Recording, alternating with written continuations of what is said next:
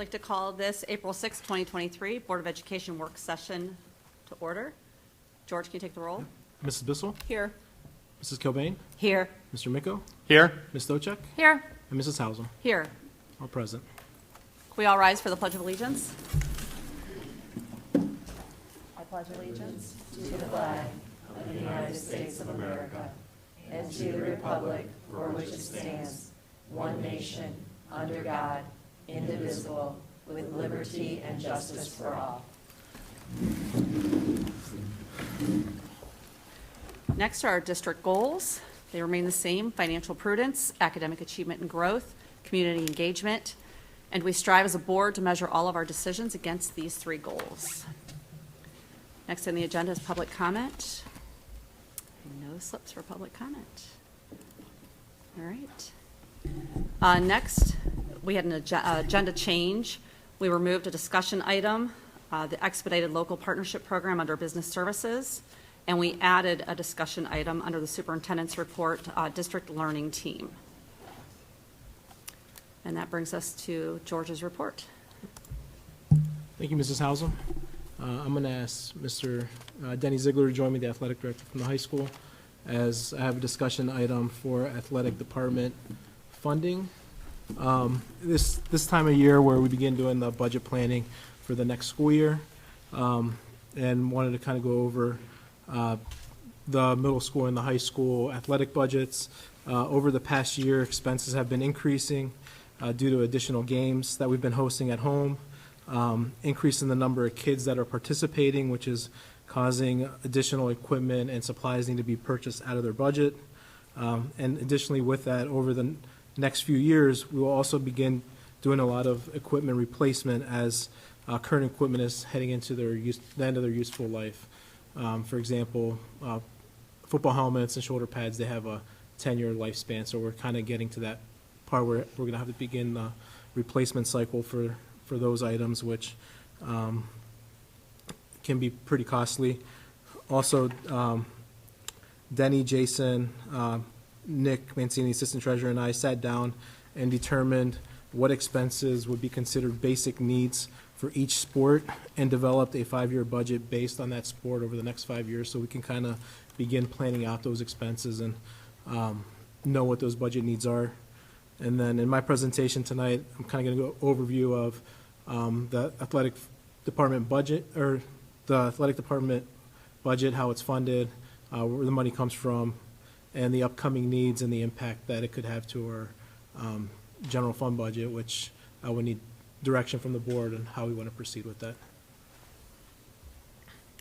So overall, the athletic department funding, historically within the district, the athletic department, which is a student district managed student activity account, Fund 300, is intended to be a self-sufficient department relying on revenues from ticket sales, entries, fees, and other contributions to fund non-personnel expenses related to the athletic activities of the district. Personnel expenditures such as salaries and associated fringe benefits for the athletic department and coaches are paid out of the district's general operating fund budget. And there's a couple Ohio revised codes that kind of direct on how athletics could be funded. First is Ohio revised code section 33.13 that allows the district to use public school funds to pay for coaches and supervisory of pupil activity programs in athletics. And then the next one for non-personnel items that reads, the Board of Education of any school district may expense monies from its general revenue fund for the operation of such student activity programs included in the program of each school district as authorized by its Board of Education. Such expenditure shall not exceed 0.5% of the board's annual operating budget, which is really 0.5% of the district's operating budget. OSHA does have in their policies and principles that school districts should not rely on just admission charges to fund athletics, that they should also have some general fund dollars budgeted as well to offset admission charges for expense needs. Where does the money come from athletics? Mainly it's all from ticket revenue sales, and those kind of fluctuate from year to year as you'll see in the next few slides. That makes up 87% of the revenues, or about 150,000. Entry fees make up about 10%, and other donations and contributions make up 2.5%, or around $4,000, as that that number is not being shown on the graphic. And then just kind of a 10-year history from 2014 to where we're projected to be at the end of this school year. This school year, we're projected to be at 173,000. As you can see, over the last 10 years, it kind of fluctuates from year to year, but we're kind of within that same range. Our highest point was in 2015, which was 187,000, but it's all dependent based on the number of home games we host and who the opponent is. Some years we have opponents that are closer by and they travel well. Other times we host teams that don't travel as well. And those kind of flip year to year, where when we host Brunswick, Medina, those tend to travel well, but that's every other year. In those off years, we go to those stadiums. Just looking at ticket sales, kind of reiterating that point, where this year we're just looking around 150,000. In the past few years, it's been slightly less, but we did increase ticket prices this year by $1, wasn't it, Denny?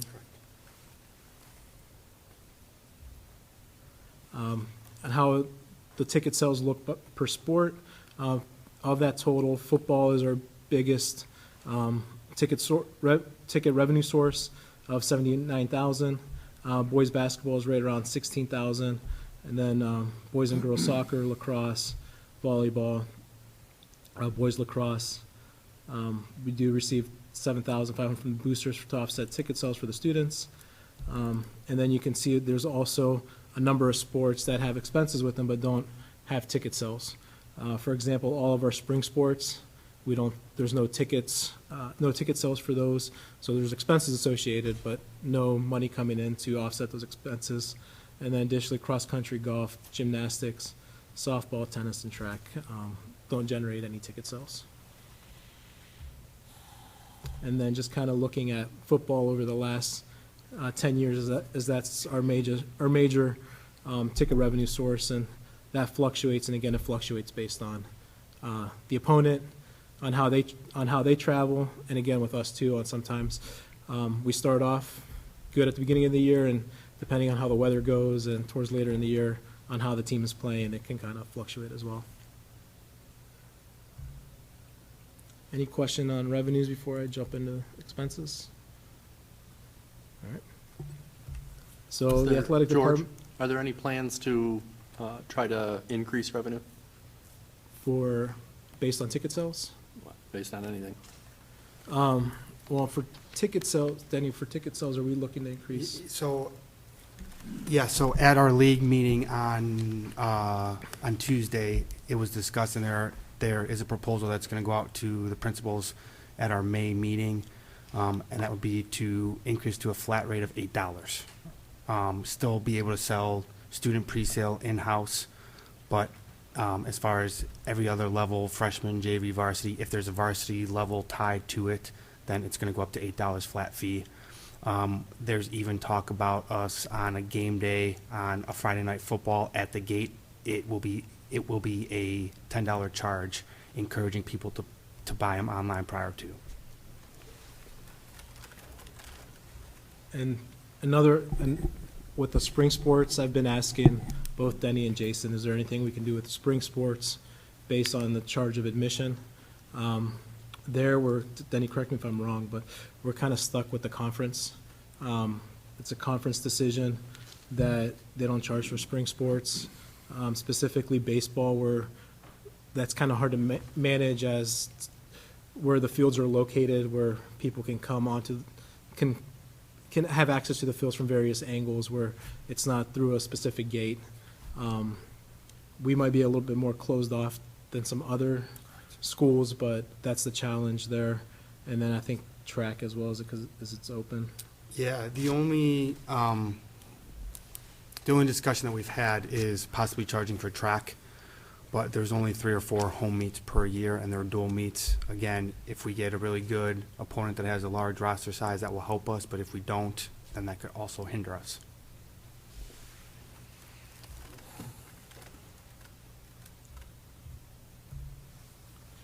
Any other questions on revenues? All right. So expenses, where the money goes for athletics, primarily most of their funding goes to officials and game workers. The cost of putting on a game, that goes from the referees, the officials on the field, the referees, and to the game workers that are working the game, such as the scoreboard, the announcer, scorekeeper, ticket takers, ticket sellers. Am I missing anyone else? So with every home game that we have, there's costs associated with that. And then, like again, for spring sports, there's officials, but there's not that revenue to offset it. So it's coming from a lot from our fall and winter sports to offset that. And then the next biggest supplies, or the second biggest item is supplies and equipment. And that has actually gone up this year due to additional kids participating, which we need additional equipment, and also just the cost of the materials has gone up as well. And then entry fees, this is where Denny, jump in on this one. This is where we send teams to play in tournaments, such as cross-country invitationals, track invitationals, wrestling, golf, tennis. Yep. Any other one? No, but the big thing there is with our new conference, we are going away from wrestling duels. So our wrestling schedule is going to be more tournament-based and not duels, or, I should say even double duels as it's been. And then our track schedule, we still don't know what that's going to look like with our new teams coming into our league. But there's talk about even, doing away with less dual meets and going to a more invitational-based schedule.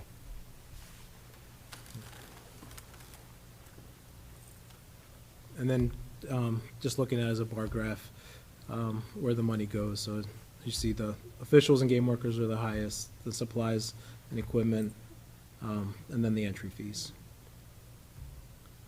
And then just looking at a 10-year historical, just like the revenues, kind of fell in within the same range as that fluctuates. But this year, we've had the increase based on the additional home games that we've been hosting for not just because of the additional teams, but some of our spring sports have been hosting more home games. I think there's more home games for baseball as in years past. And then also the additional number of kids that we had playing this year that we needed additional helmets, equipment, and other items related to the additional kids. And that's going to be an ongoing trend that we see coming for the next few years out with this budget, which is why we wanted to have this discussion tonight. So kind of summarizing, the athletic department kind of put in the same format that you're used to with my 5-year forecast, but this is just a 10-year look. As you can see, they've been in the red more years than they've been in the black. They've had, since I've been here, they had a cash balance that around $70,000 that they've been kind of drawing from. At the end of this year, if the budget's spent at 100%, it'll be down to $23,000. And then the general fund does supply some items already to athletics. First, as mentioned earlier, all the coaches cost about $1.2 million overall for all sports. And then we do have general fund income that comes in to offset some of those fees. The pay to play that goes in the general fund, that's about $225,000. And then the trainer fee to offset the cost for the trainers, that's about $18,000. And then some of the general fund extracurricular non-personnel expenditures. We have the Southwest trainers. Those cost us about $27,500. The actual cost for those used to be around $50,000, but once we had the turf agreement, that knocked it in half. But there's an escalator that increases every year, so we're close to the end of that. So I think in the next 3 years, that'll be back to the full amount unless we renegotiate the deal. The ice hockey rental for hockey, it's about $20,000 a year. The gymnastics rental is about $6,000. We do rent out indoor space for baseball so they can practice. It's about $7,500. And then I have this in here because that threshold looks at all extracurricular, all student activities, not just athletics. We have the music instrument replacement as well. of $25,000 a year.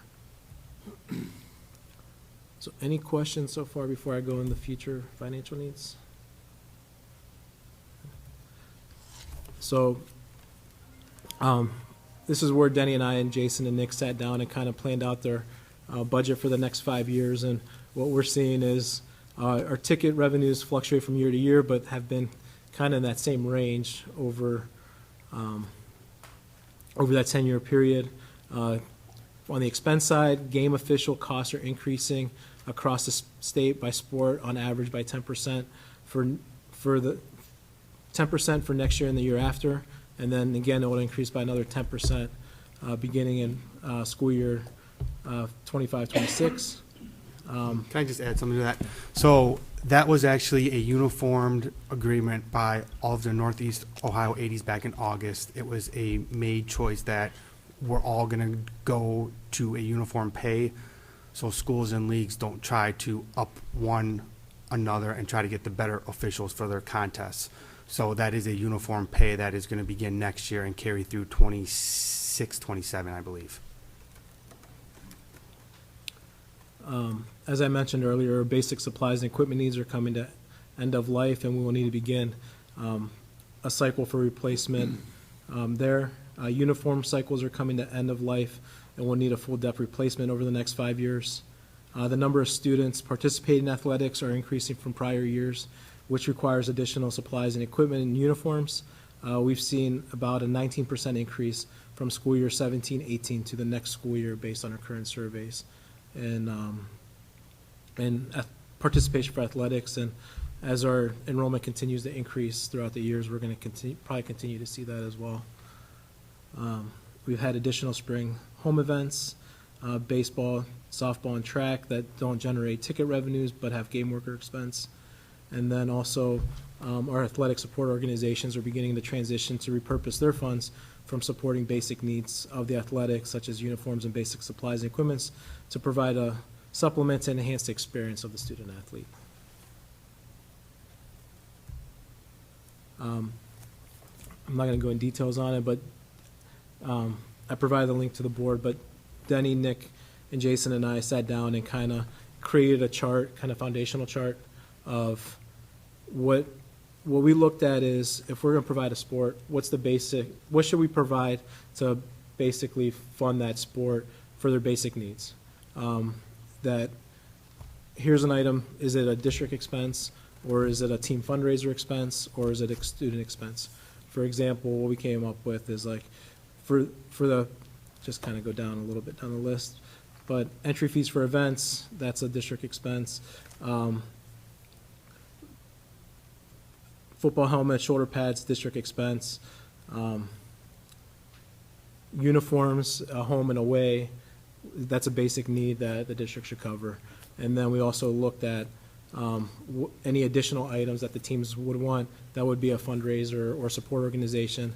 And then some other sports where students have their own equipment for purposes of their club sports, that would be a student expense. Or if it's something that's, I don't know, like personally worn, like a football griddle, that's a student expense as that's worn by that specific student.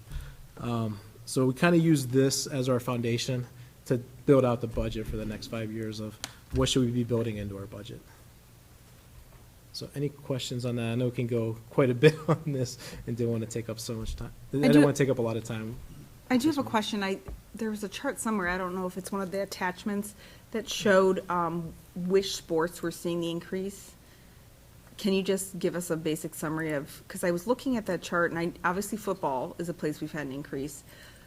Outside of the extracurricular sports, where are the other major increases to get to that 19%? On the last page, George. I think you had the participation. For the number. For the number of kids? Correct.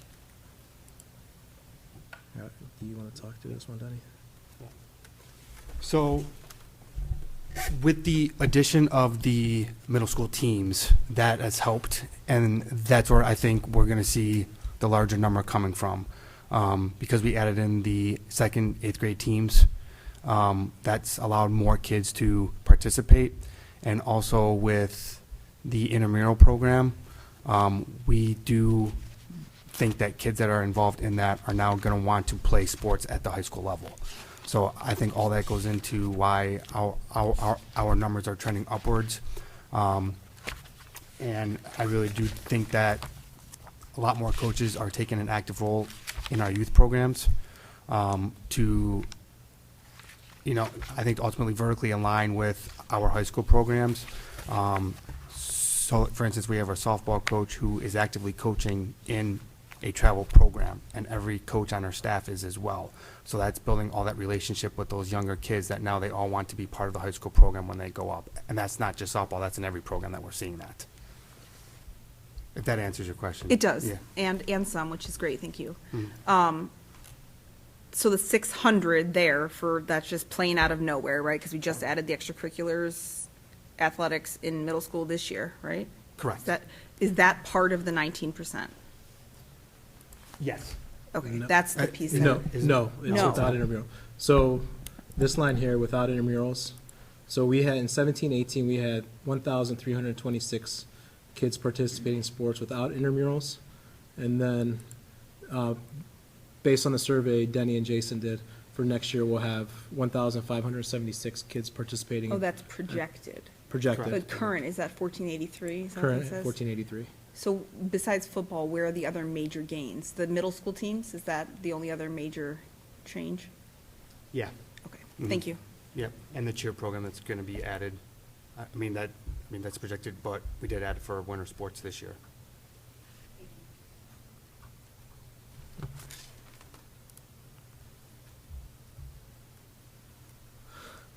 And then the next chart looks at projected budgets based by sport, as we sat down and went sport by sport, and then looks at what we thought we were going to bring in as revenue for that sport. So majority of them. So for the athletic department, what I did for this illustration was I took the general fund expenses and the 300 expenses and combined them, and then the revenue that's coming in was the general fund offset. So that's why this revenue looks higher for the athletic departments. Well, we're currently already funding out of the general fund, the hockey, the gymnastics, and the baseball, and the trainers. But as you can see in most cases, that the expenses are going to be higher than the revenues. In some cases, as mentioned, spring sports don't generate revenue, so it's just expenses. And then just significant budget impacts that we're talking about that are going to impact the budget over the next 5 years. As we don't currently have it in the budget, as we kind of been finding other sources for it or making other sacrifices, is equipment repairs. We wanted to build in a $7,500 placeholder. Baseball and basketball uniforms will need replaced in school year 28. Girls basketball in 27. Cheerleading uniforms in 28. Coaches clinics, this is new for 11,000. Cross-country uniforms in school year 27. Football helmet replacement, this is new on top of our current reconditioning, where we're beginning to have the helmets come to end of life. So Denny and Jason put a cycle together of when they're going to hit and kind of stagger them so they're not all in 1 year. Football uniforms replacement of the next 2 years. Hockey uniforms in 27. Huddle expense, this is currently a team fundraise expense, and we looked at it, is this more of a basic need for the sport rather than having the kids fundraise for their huddle expense. And the huddle is the recording of games and the game films. Yeah, and that's a conference requirement for a lot of our sports, is that we have to exchange film, so that's the only program that allows us to do that. So that cost right now is split between athletics, the team account, as well as the athletic boosters. Lacrosse uniforms, boys and girls, will need new uniforms next year. Boys and girls soccer in school year 27. Track uniforms, there's a small replacements each year, but the full depth replacement in school year 27. And then trainer supplies, those are just the cost of those are increasing in the number of kids as well. And then volleyball and wrestling uniforms in the following school year. So those are the significant impacts that we're going to be seeing. How it- George, I have a question about Yeah. that. Where there are also middle school sports, so football, for example, are the Yeah, I middle? have it following this. Oh, well, So- there you have it. Thank you. Yep. I tried to keep the.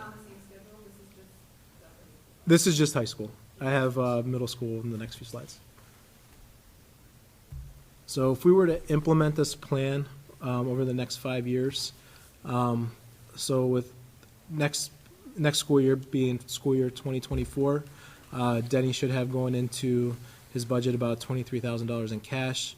Revenues from ticket sales and entry fees about $162,000. The current general fund allocation of $64,000, and then the expenditures would be about $337,000, which would lead to a shortfall of $110,000. And then to close that shortfall, we would need to do an additional $86,000 or close to $87,000 transfer from the general fund. And then same thing each year, as not projected to have a cash balance. So in 25 would be $83,000 transfer, 26, $75,000, and then in 27, 28 would be higher because more sports had the uniform replacements. So this is where I would need direction from the board, but I would go into the middle school next, and then we can talk about it at the end. So same thing, I'm not going to go into as detail for the middle school, but the middle school, by sport, boys and girls basketball is combined just because they play at the same time. So we couldn't separate who's there for where they're playing on each court at the same time. So we just kind of grouped boys and girls together. The athletic department, their expenses that goes into this line, it's for Final Forms where the kids are registering for the events, for the sports, entry fees. New that was this year was now the middle school has to pay the Greater Cleveland Conference dues, which is about $4,000, and general equipment repair and impact testing that they pay for out of their budget. Boys and girls basketball next year, going to see a little bit higher expenses than the revenues coming in. And then same thing with football, based on the number of kids participating, they're going to need additional helmets. Helmets are expiring, reconditioning of helmets and shoulder pads as well. And then we have the intramurals baked in there. It's kind of a little break even, but then Jason I think ended up with a little bit more dollars than break even. Track, the revenues from there is an entry fee that Jason tried to do to bring in some revenues, and then volleyball and wrestling expenses are more than the revenues coming in. And same thing, the significant budget impacts for the middle school. We built in a placeholder for equipment repairs, GCC dues, and those are going to be going up as well. And then boys and girls basketball uniforms in school year 27, cheerleading cross-country uniforms, not next school year but the year after, football helmet replacement, same cycle, kind of coming up with a cycle for replacement there, so it's not all in 1 year.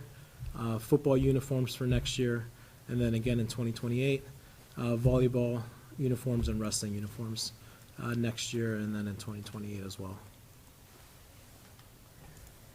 Denny, can you, has something changed? It's been a few years since my kids were in cross-country in middle school, but we bought our uniforms a few years ago. Has that changed? For Cross-country. The only thing they really buy is their shorts. We buy the tops. Oh. But, so last year, I think the boosters spent money on cross-country as well as track. For middle school? Okay. Yeah. And then same thing, if we were to implement this budget over the next 5 years, the athletic department revenue would be about $32,000. The expenditures would be right around 80. The next 2 years, 26 would be a little dip, and then 27, 28 would be a little higher based on the uniform. So just like that, or like the high school, they would have their revenues, their expenses exceeding their revenues, and they would need a budget transfer from the general fund to offset the negative of about 46 to 60,000, depending on the year. And then kind of putting that in where that falls in with, if we were to implement this and do those additional transfers, where does that fall in with that 0.5% limit that the general fund could provide for extracurricular activities? Based on the items that we've already mentioned earlier, we're currently funding about 86,000 to add in the middle school transfer and the high school transfer. That would bring it to about 220 in 2024, and then 2028 up to 288. It's still under that $406,000 limit, which is the 0.5% set by the Ohio Revised Code. And then lastly, district support organizations. As I mentioned earlier, that they're starting to transition to repurpose their funds from supporting the basic needs of athletics for uniforms, basic supplies, to provide more of a supplement to enhance the experience of the student athlete. On average, they were spending about $40,000 to $50,000 on those uniforms. Their vision over the next 3 years of school year 24, 25, and 26 is an athletic facility modernization project, which would cost about $50,000 plus over the next few years. And I have pictures on the next slide. For basketball locker room upgrades, boys and girls, athletic murals to build school spirit, upgrade to the football locker room. Also, they want to use those funds to enhance programs for mental health, which would be about 10 to 30,000. Have speakers for students, programs for coaches, and then training equipment, recovery equipment for the student athletes, and to begin that next year, a Normatech system. The pictures for the modernization, this is our current facilities. As you can see, they were kind of the same for years, where some of our districts, neighboring districts, have more of a modernized approach to kind of enhance that student experience. So what Denny and I are looking for the board today is, one, if we implement this budget, this 5-year plan, it would need an offset from the general fund. Is there direction from the board, if the board is in support of that, or do we give Denny a different direction? And kind of, how about and a direction on how to fund those additional expenses that might be coming up? So kind of want to have a board discussion on that end. Who wants to start?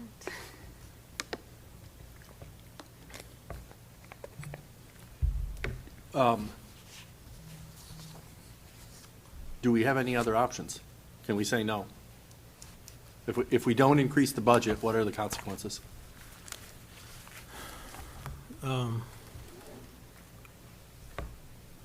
In the past, before the boosters funded the uniforms, was teams were more doing their student fundraising, but that goes back, do we want teams to fundraise for any of this stuff where it's more or less considered basic, we considered basic needs of the program?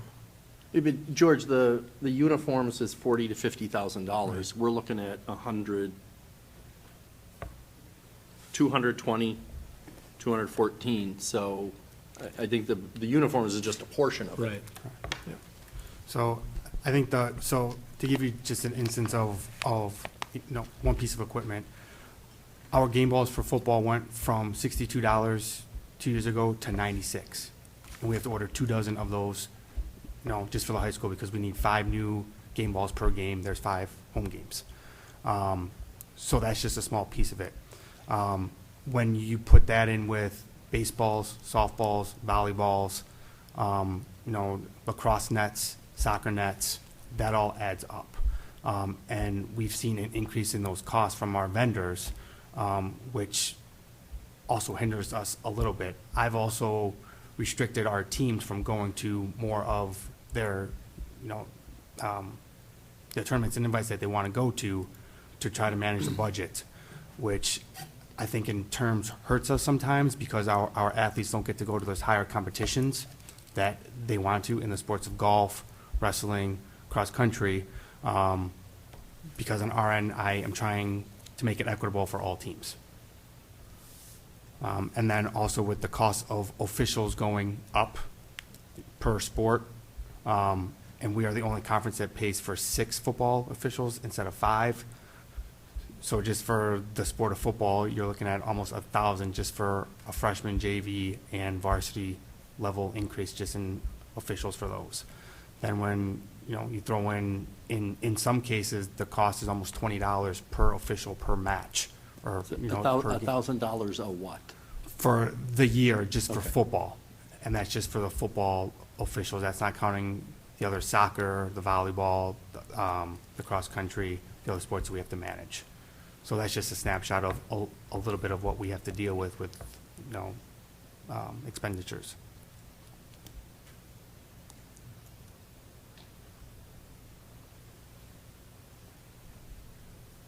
I mean, for me, I would like to see some more investigation into how can we raise revenues. I mean, I think we're going to have to do an adjustment, right? If we just look at inflation and we look at participation, we're going to have to do an adjustment.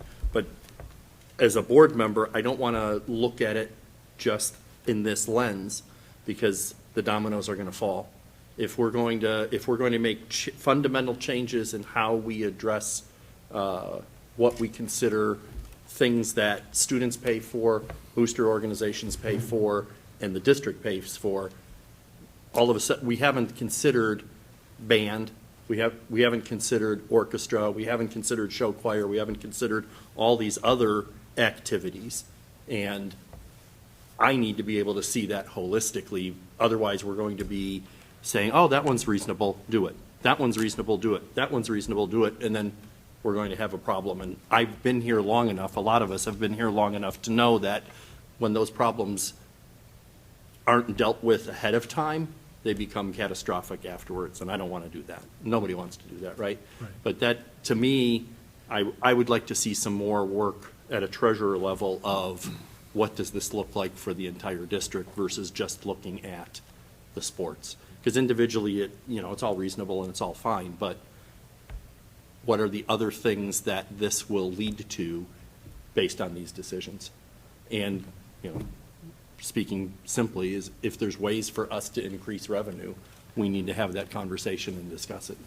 Yeah, I think we continue to have those discussions on how we can increase revenues in his department, whether do we start finding ways for the spring sports, some discussions we had, although it was a conference decision not to charge, do we try and start charging with the non-conference games first? I think once they get into the tournaments, OSHA charges for those spring sports, so do we start there to kind of offset some of these costs?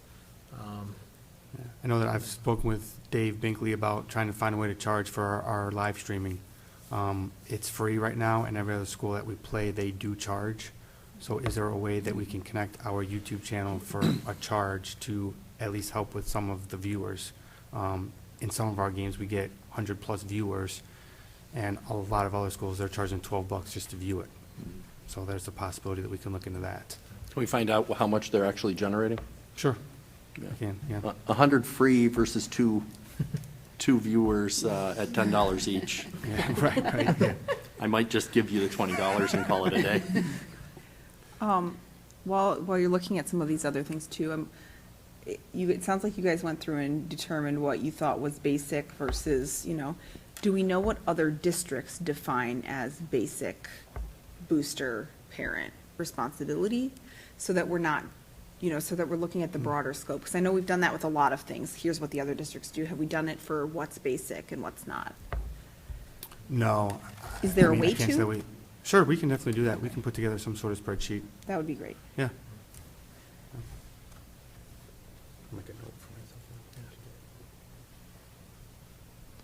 I think one of the things that I would add is I appreciate understanding the total picture, right? So probably about a year ago, I reached out to the athletic boosters, I reached out to the music boosters and the choral boosters and said, what are all your expenses that you pay for? And I had conversations with Denny and Andy Heyer and Brian King Andy Heyer on behalf of all of the music to kind of look at. So we've started to culminate that list. So I appreciate the idea. Let's know the total ask that may come based on going down this road.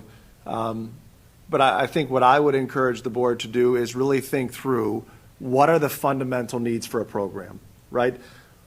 To me, this whole conversation is on this precipice of what should we be providing and what are the foundational basic needs or fundamental needs of a program. And then, yes, financial means will determine how much of that we can fund. So I appreciate the idea of let's take a look. And I would also encourage the board members to go through the spreadsheets that are linked there to look critically at that list to be able to say, like for me particularly, in my opinion, kids having uniforms is a fundamental need, right? Yes, we used to have the boosters do it. Yes, we used to have kids fundraise for it.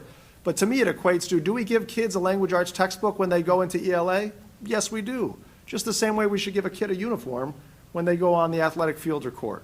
So I think that's the part that I would ask you to look at is we can do some more research and get some more information, but I think it really comes down to, do we agree that these are fundamental needs, and let's add in music or other areas that have support organizations and look at that, and then we can determine, okay, what level of financial support can we provide that's sustainable based on all the complexities of our budgeting and forecasting, which George knows better than anybody else. I have one more question, George. I just want to make sure I understand. There's lots of data presented. Yeah. So at the end of the day, the new asks, are those the ones that say significant budget impacts, like SMS? That's what I'm looking at right now. Where it says, like, GCC dues, are those things that are new? Like, where are the new things? So the GCC started this year that we had to pay, but those are some significant impacts that are impacting the budget. So the overall ask, that's going to be offset by the revenues. So looking at this chart here, which kind of combines them. One, we could start with this chart for like the middle school, for example. The 46,626. The 4662, that's going to be the middle school new ask. And that, And then- where exactly does it list what those things are? Well, I don't have it broken out specifically for this. We have the significant budget impacts, but I did share these.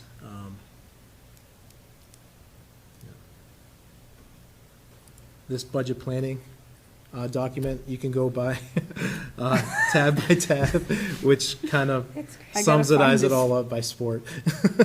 So we can go sport But by it sport. says specifically which things are, we Yeah, take so over if we from the look at, boosters. Okay. this is middle school, so if we look at boys and girls basketball, for revenues, we're estimating that they're gonna bring in $10,000 next school year, and their cost for the game workers are gonna be about $12,000. Their equipment, balls and scorebooks, about $1,100.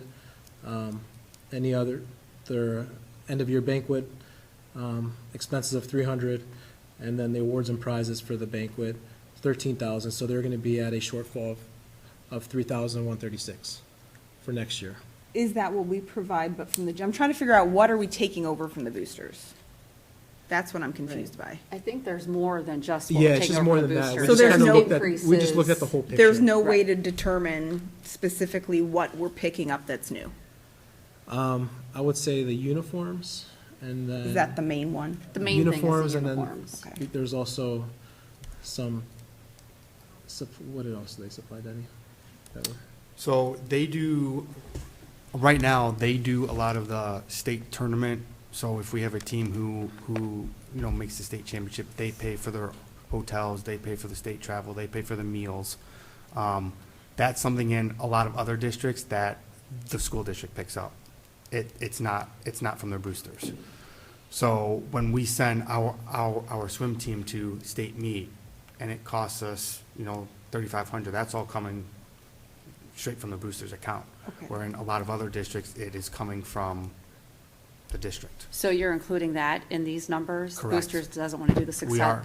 Success? No, they didn't say that. Okay. We added because right now, for like wrestling and swimming, they pay for the district meet. Right. Where we cover the district meet for other sports. then we cover the state swimming and the state wrestling because it's less students. But I want it to be consistent with they're only covering state and not picking which ones they choose, whether it's a district competition for this sport and a state competition for this sport. I'd rather have it uniform and saying, hey, they are covering all state and we're covering everything district and regionals, if that makes sense. Yes, that does. Thank you. So overall, budget-wise, what we did was, and I can share these again with you guys, created a spreadsheet, tabbed it for each sport, and looked at the revenues and expenses, what we think for the next 5 years for each sport, and then linked it into a summary sheet, and the summary sheet was what I brought over for the presentation. George, So how all that much, together. how much trouble would it be to push it out 10 years? Because the reason I'm asking is earlier you said that the lifespan of a lot of the football equipment is 10 years. So are we not hiding something, but are we not aware of something if we only look at 5 years? Because one of the things I think might make sense is just start accruing these expenses. Right. So that instead of having these wild swings, if we know we're going to have these replacement costs, those are true costs that we should be budgeting over 10 years. You know, taking a lesson from the facilities committee, we look at a 30-year plan. Is 5 years the right period of time for this budgeting? Would you- Yeah, we can definitely look at that, you know, so as you bring up the point, we haven't ordered volleyball standards since 1993. So that's a cost that we've already looked at and said, all right, it is gonna cost us 15,000 for new poles, new nets, and everything for all 3 gyms right now. So that's a cost that we didn't budget for because it's new. So in your terms, yes, that probably is something that we should look at, because if we would've known, hey, in 2026, we're gonna need this, it's easier to budget for than now, we're kinda stuck having to do it. That's kind of what you're asking, right? In the Yeah. I guess the way I look at it, in the 5-year plan, is that 5-year plan just going to replicate itself every 5 years and it's encompassing all expenses? Or are there's these outliers, like you've talked about, that we need to add into the mix to consider? Yes. I mean, the example I would use is we're transferring $500,000 from the general fund for the track repair, right? It just seems like it's body blow after body blow after body blow. What period of time do we have to look at so that we get a good understanding, so that things that, instead of them being, oh my gosh, there's this expense that we weren't aware of, it's part of our plan. It's part of it, whether it's 10 years, 15 years, 30 years, but it's part of a plan so that we can do true budgeting and say, this is the growth, this is where things are going to go over that period of time. And there's always going to be surprises, but the more preparation we can put into place, the better off we are. The other thing I was going to ask George is, can we look at the, because this is just looking at the expenses, but that $1.3 million that we're paying for the supplementals, can we include those numbers? Yeah, I'd like to see is there growth on that? And is it just linear, or do we get ups and downs on that also, yeah, we have that in historically? that's part of the 5-year forecast, so. Right. So I have that. But yeah, we could go another 5 years. It would just take preparation from Denny and Jason on what the cycles that you guys may need. So yeah. we'll get together and, Yeah, I think that, Plan out for the next I know it's a time ask, right. and none of us have enough time, but I think it lets us plan better. And if 10 years is the number, go for 10 years. If 15 years is the number, go for 15 years. I mean, you can't be perfect, but, Right. you know, if there are large 15-year expenses, let's think about that. Okay. And then I was just going to be consternacious to Cameron. I do agree that, and I think we're saying the same thing as far as the planning and what do we have to do. But all of these extracurriculars, it is a different kind of analysis than a history book. Everyone has to take the history book. This one's by choice. We can't not have it. To have a premier district, we need to have a plethora of activities, et cetera. But there is some self choosing whether it's athletics, whether it's arts, whether it's any of those things.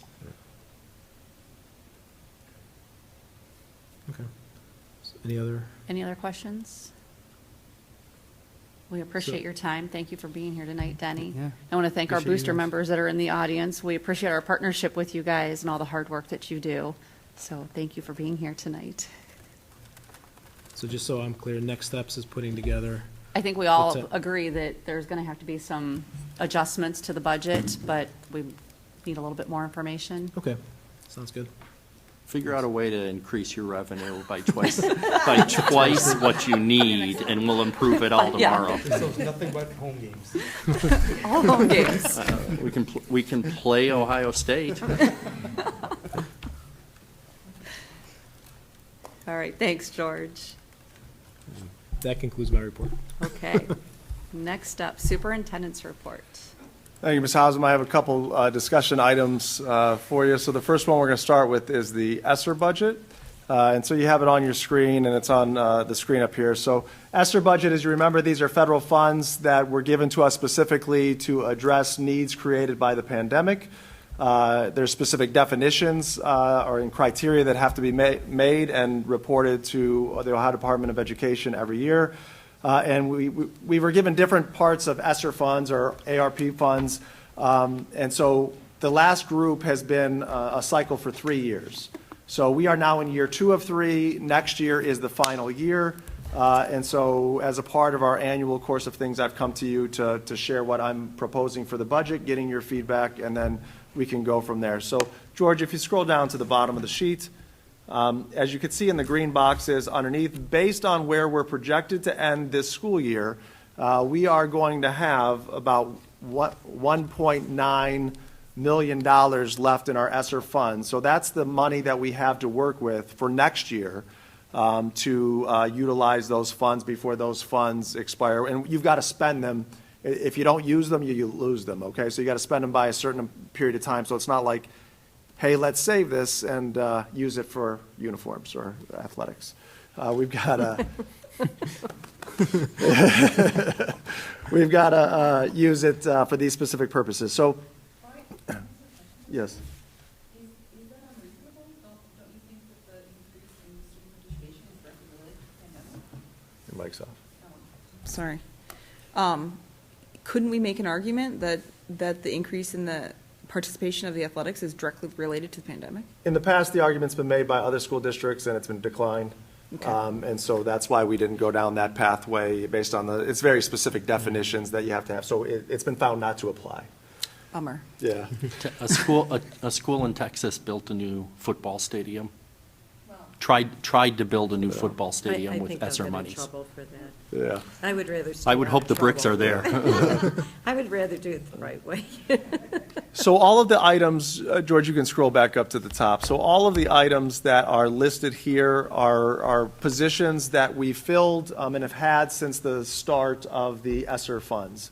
So the purple column is, hey, if we kept all of these positions, here's what it would cost us.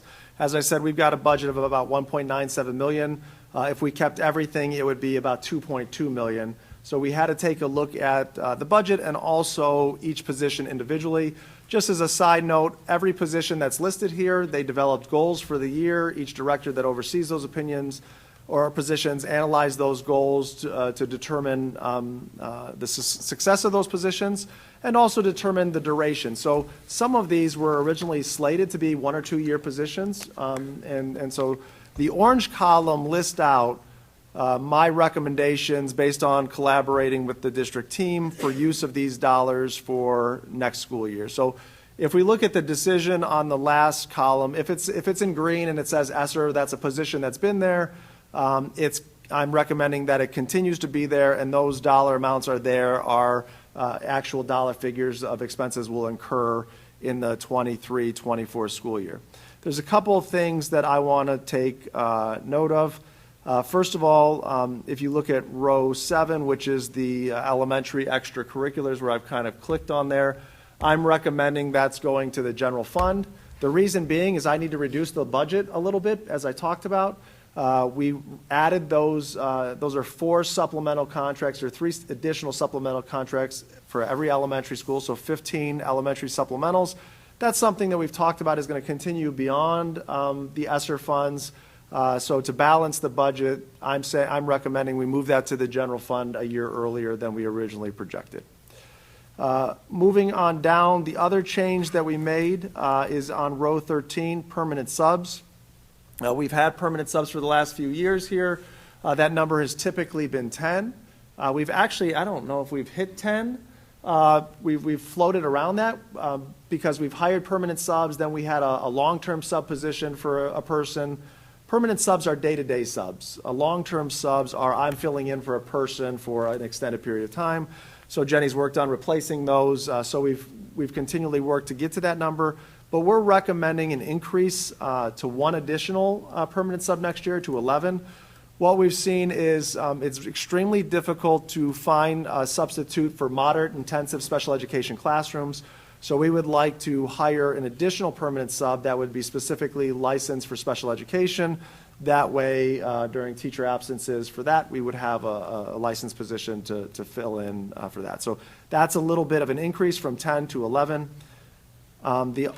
Going on to row 15, RTI intervention specialists. So we have these throughout the district, middle school, elementary school, and the preschool. Based on needs, we feel we no longer need this specific position at the preschool next year. However, we have increased preschool enrollment.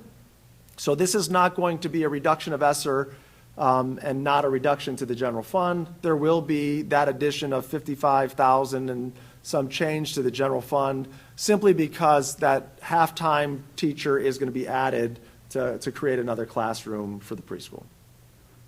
Okay. The last change that I'm recommending is that we have an MTSS coordinator. This is a position, it's a school psychologist that we created that position with ESSER. We have an elementary one. And their role and their job was to create a system that can be applied, this person specifically, at the secondary level in terms of how we support our at-risk students and support that with intervention based on the data that we gather and the interventions that are selected. That position was slated to be a 1 or 2 year position to build the system. And so at this time, we feel that position has met the needs of what it was supposed to do. That position will be eliminated. What that means is I'm recommending that position be eliminated. That person would go back to being a school psychologist, and then we would have to reduce the school psychologist because we don't have a need for that extra one at this time. So there would be no additional expense to the general fund and in terms of this being an additional school psychologist. So if you take a look at all of that, what I'm proposing for next year, George, thank you, George, is about $1.95 million in ESSER budget. That gives us we're under budget by about $21,000 right now. This gives us a ballpark. There may be some other movements a little bit, and we can determine. George is working with the state on some options for how we can utilize some funds, and if we see we have some additional funds available, we can bring those elementary extracurriculars back to the ESSER for 1 more year. But those are my recommendations on utilization of the ESSER budget. What I'm looking for tonight is consensus or things that you want me to come back next meeting with more data because what happens for most of these positions continue on, they're there. And Jenny would need to make some adjustments if we're not going to go forward with these positions relatively quickly. And then like the permanent or the subs, the permanent subs, those will come on future agendas once we hire those for next year. So turn it over to you, Ms. Hausum, to see if there's any questions or discussion on the ESSER budget. Does anyone have questions?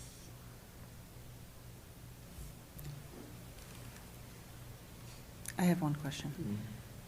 I remember when we started this process of outlining the 3 years, and we're talking about the 3rd year, Yeah. right?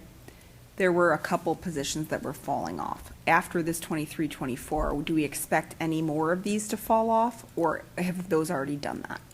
No, so of those that are listed, what I've shared, and this is in the board file that you have on board docs, the last tab says after ESSER, and that's where I've given my assessment. That was last year, but positions that I feel would likely continue, and George has forecasted those in the budget, positions that I'm unsure of, and then positions that would be removed. So that's something that I'll continue to update. So what we would have to look at here is these are positions right now that as we get to probably earlier in the school year next year, but we would have to make a determination as to which ones are going to stay and go to the general fund and which ones are going to be abolished.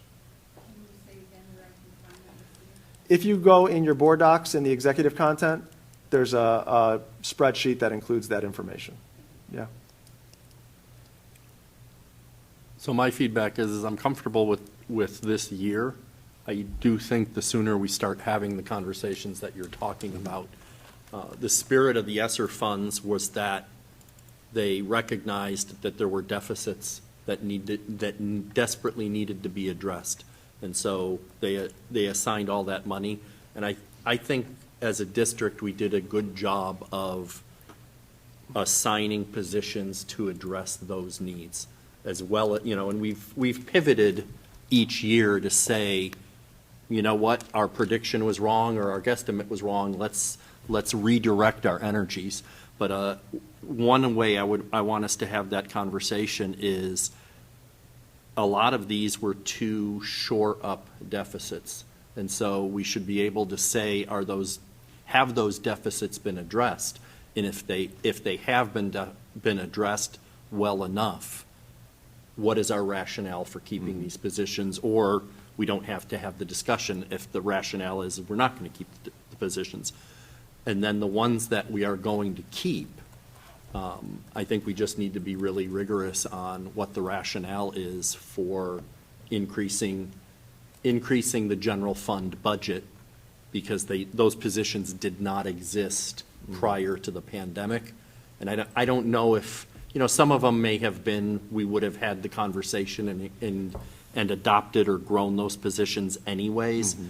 The pandemic was the car that we drove, but I don't think that's true of all of them. And again, our job is to make sure that we're paying attention to that budget, and there's no shortage of needs to increase the budget. Mm-hmm. Any other feedback or questions or additional information anybody needs about the ESSER budget for next year? All right, so we will move forward with the budget as presented and start conversations probably in the summertime about considerations for those positions after ESSER is over. With that, I'm going to move to the second discussion item, which is a continuation of last month, which is the elementary space considerations. And so, as you recall, just stay there, George, thank you. As we discussed last time, I presented a variety of options to you, 5 options for what we could do to address the increasing enrollment at the elementary buildings based on section numbers as of right now. So what I wanted to do was we eliminated some options, right? We eliminated redistricting, we eliminated converting this building to a kindergarten center, and we were left with a handful of options. So I just wanted to summarize what is under consideration for us today. And I'll guide us through the conversation as to kind of, I'd like to check off one more box and see if we were in agreement with something, and then move into kind of how we want to determine the next steps. So obviously, every building, we have the option to do nothing. We have the option to say, hey, we're going to stay the course. It's tight, it's uncomfortable, it's not desirable in some areas, but based on the work that we're doing with the Elementary Facilities Committee, we're going to hold off to a future bond project to do anything. So that's an option for every building. We talked last time about centralizing half-day kindergarten. We've been able to continue to get enrollment numbers for half-day kindergarten, and based on the enrollment numbers and where students are enrolled, I feel we can centralize half-day kindergarten for Kinsner and Sarrar. And what I mean by that is Kinsner's half-day kindergarten would be distributed between Moraski and Chapman. Chapman would have a half-day kindergarten. Let's just say it this way. They would have a morning session and an afternoon session. It would be a compilation of kids from Chapman as well as some kids from Kinsner. Moraski would have an AM and a PM kindergarten section. They would be a compilation of Moraski and some kids from Kinsner. Sarrar would not have a half-day kindergarten. We need to get them some room there. Whitney would have an AM and PM, and that would be a combination of Whitney and Sarar. So the X means they would not have a half-day kindergarten at their building. And if they don't have an X, that means they would have that at the building. Mobile units, we do have the option of adding a mobile unit to 3 of the 5 buildings. Whitney just doesn't need one. That's why it's not listed there as an option, and Kinsner doesn't have ideal or very usable space to have it, so that's why it's not listed there. And then the idea of could we convert our stage in some of these buildings to create as an additional classroom? Kinsner, that's an option. That's an option we discussed last time. I have an asterisk next to Muraski because we could do it at Muraski. Muraski has a large stage. It would be a little more costly and a little more challenging. Kinsner, there's a door going directly into the stage area. At Muraski is a ramp. The ramp is a little more narrow than ADA compliance, so that would be challenging. They'd have to go up to a ramp and make a turn and go into a door. Bigger wall that would have to be built. Can be done, but I would like to put that on hold at this point, but it's an option. Any questions before George helps me go to the next sheet? When you said we can centralize kindergarten, how did you come up with that? How did you make that determination? Well, what I've made the determination is to say, right now, we only have a half-day section in every building. So that means we don't have the numbers. If we couldn't centralize, that would mean we have 50 kids at each building. We have 250 kids that are enrolling in half-day kindergarten. We average about 100-ish. So that's the first thing, is numbers-wise, I can consolidate. And the second thing that I looked at then was locations. I talked to transportation and said which buildings would be challenging if we did not have half-day kindergarten there. And so that's why Chapman would need to have a half-day kindergarten, because that transportation-wise, that would be challenging to take Chapman students in other locations. Being able to combine Whitney and Sarar would work. Kinsner, Muraski would work in that area. So that was a conversation with Chapman. And then the third layer of the decision-making was, where do I need to find space at? And where do I need to alleviate some of the congestion? And which buildings? They all need it, but which did I prioritize? And I prioritized Kinsner and Sarar as the buildings that needed that room more than the others that were there. So that I'm clear, those 2 schools would not have the option of half-day kindergarten? Correct. And the families that would choose, from those schools that would choose half-day kindergarten would go to one of the remaining schools?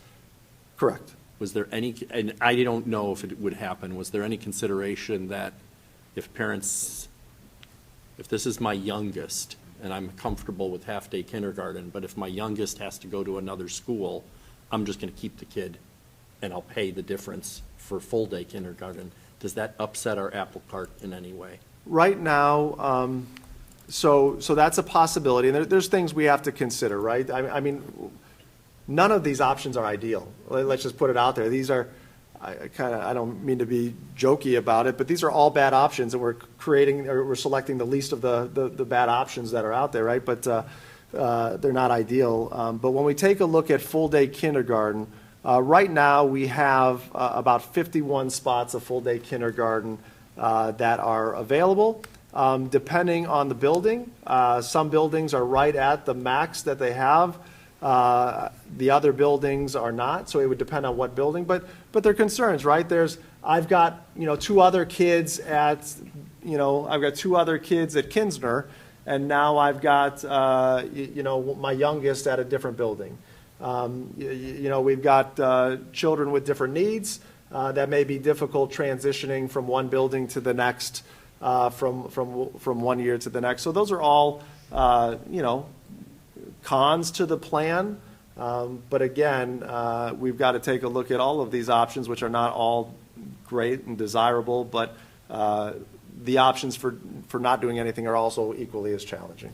And I would just add that at both Kinsner and Sarar, we have lots of room for full-day kindergarten Okay. students, so if they change their mind, they could. Yeah, again, It was just something that I was curious whether it upsets the apple cart or not. Yeah. Okay. I think you would probably know that once you put it out there. There's really no way to know. There might be a few people, but. Yeah, I mean, and, you know, we would look at, whenever we play, just so everybody's aware, whenever we place a student at a different building than there's homeschool, we do transport them. So if they would be eligible for busing, we would bus them. That's something else parents would have to consider. All right, so if we scroll down to the second page, and George will just start at the top there, thanks. So what I try to do, to use colors to try and guide this. So let's start with Chapman. Chapman, as we talked about, is projected to increase 2 sections, a preschool section, and I think first grade. Jenny can look as I'm talking, but I think it's first grade. So if we do nothing at Chapman, there's a lot of kind of challenges that are there, but prioritizing the challenges, Title I in small group would be in the media center, band and orchestra would be on the stage, and then art and music. Right now, art and music are in classrooms at Chapman. Because of the increase of those 2 classrooms, art and music would have to vacate those classrooms.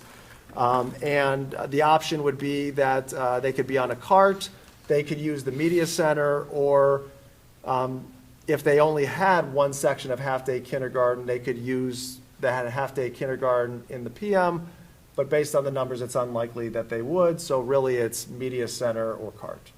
Okay? Centralized half-day kindergarten is not an option because they're going to have half-day kindergarten based on my proposal. What the purple represents is what we fix if we get a mobile unit. Does that make sense? Mm-hmm. So if we get a mobile unit, what that does is give art and music a classroom. So that's what you're investing in, and that's what you're buying with the mobile unit is you're getting art and music to have their own space. Last time we talked about this, the board asked, hey, can you be more specific with who would be in the mobile unit? And I shared with the board in the update, and I'll share publicly here, is the concept in collaborating with our building principals has been, how do we make sure when we use the mobile unit that we don't have kids that are in the mobile unit all day? And so when you do that, that moves it to classes where kids are switching. And so those classes become music, art, gifted, and special education. And so that's why you see some iteration of those on these. The concept is kids would be in the mobile unit for 45 minutes a day or around that, and not in the mobile unit for 7 hours a day. So that's, as you see that, the order there, the possible media unit classes, those are just options that at Chapman, Kaylee would be looking at some combination of music, art, and or gifted in the mobile unit if we purchase one. Any questions on Chapman? Just so I make sure I understand, currently gifted's in a classroom? Gifted is in a classroom, but the challenge at Chapman is the classroom that Gifted is not big enough to house a full-size classroom. So even if we would say, hey, Gifted is going to go out in the mobile unit, it's not going to free up another space that works for anybody else. That's the challenge. These are the unique challenges. It's not always the case, but that's the challenge for Chapman. Yeah. All right, Kinsner, they are adding a section, and so if we go through the same idea, if we do nothing, band and orchestra will continue to be in the atrium, traveling art will be on a cart or in the half-day kindergarten room in the PM, all music will be on a cart, gifted math will be in the media center, and the new music, or the new section of whatever grade level it is, Jenny Kinsner, do we remember? Yeah, we have a new 4th grade. So a new 4th grade, a classroom will go to that music room. The blue represents if we centralize half-day kindergarten, that's what we get, okay? So if we are able to say there's going to be no half-day kindergarten at Kinsner next year, that saves us a room, and that means that we could have music would still have a room, and you can kind of follow. The new section would go to the half-day kindergarten room, gifted would stay in the music room, and music would stay in the media center. It kind of keeps everything the same as it is this year, okay? If there's no half-day kindergarten. If there's no half-day kindergarten. Yep. So if we eliminate half-day kindergarten at Chapman, what do we get for that? We get music has a classroom, We get gifted has a classroom, and we get the new section has a classroom. Now, what I'm doing here is, you can see my little plus sign in the purple, I'm adding these options together. So if we remove half-day kindergarten from Kinsner, and, there's an asterisk here, we can't do a mobile unit, but we can convert the stage, and talking to our maintenance crew, it could be done with not that much expense and be done in a nice way. If we do that, music, we would address the band and orchestra and the atrium problem, because they think they could schedule it where they could use the new music room on the stage. We would alleviate the traveling art and music on a cart, as they could go, they may be on a cart, but they could have the media center access now.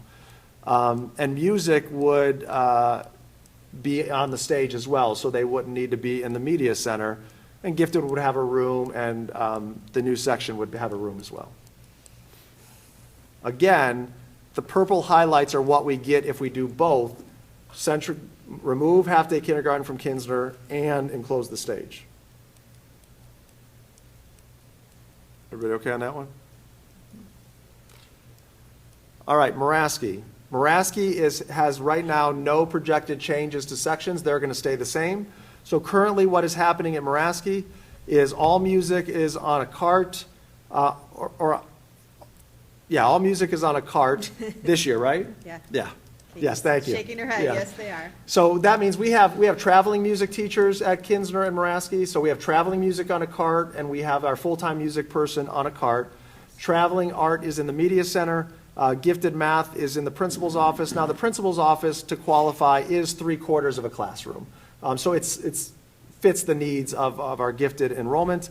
And then in the media center at Moraski, there's an open space and then kind of a smaller space that's been converted for our intervention specialists to work with 4th and 5th grade students. So if we do nothing, that will continue. Half-day kindergarten would be there, so that's not an option. So if we purchase a 2-classroom mobile unit for Moraski, all of the purple things, all the purple items will be resolved. So music would have a classroom, gifted would have a room, the principal would move back to that office, intervention specialists would have different space outside of the media center to use. So the only thing that we would have left at Moraski is that traveling art would still continue to be in the media center. Not ideal, but that's what it would be. And again, the options for the mobile unit are similar to kind of what we talked about before. Sarar. Sarar is not expecting to have any enrollment change, or right now they're not projected to have any section increases. However, in italics, I did put their first grade right now is at 48 students, I think last we looked. 50 is our cap. So usually in the summer we get students to enroll that are in kindergarten elsewhere. So we do have the option to say Sarar first grade is closed, and based on my last meeting when I took a look at it, we've got plenty of room in first grade throughout the district. So we could say, again, not ideal, but you're going to go to this other building, and when we have more room or different class sizes, you can come back in the future years. So if we do nothing at Sarar, music is going to be on a cart. It's currently on a cart now. Gifted math would have to move to the media center. They're currently in a 2-office space room that has been converted that's not going to fit the size of the students next year. Shared spaces for intervention specialists, not having a sensory room. We have our students with moderate intensive needs at that building. And then band and orchestra is going to be on the media center.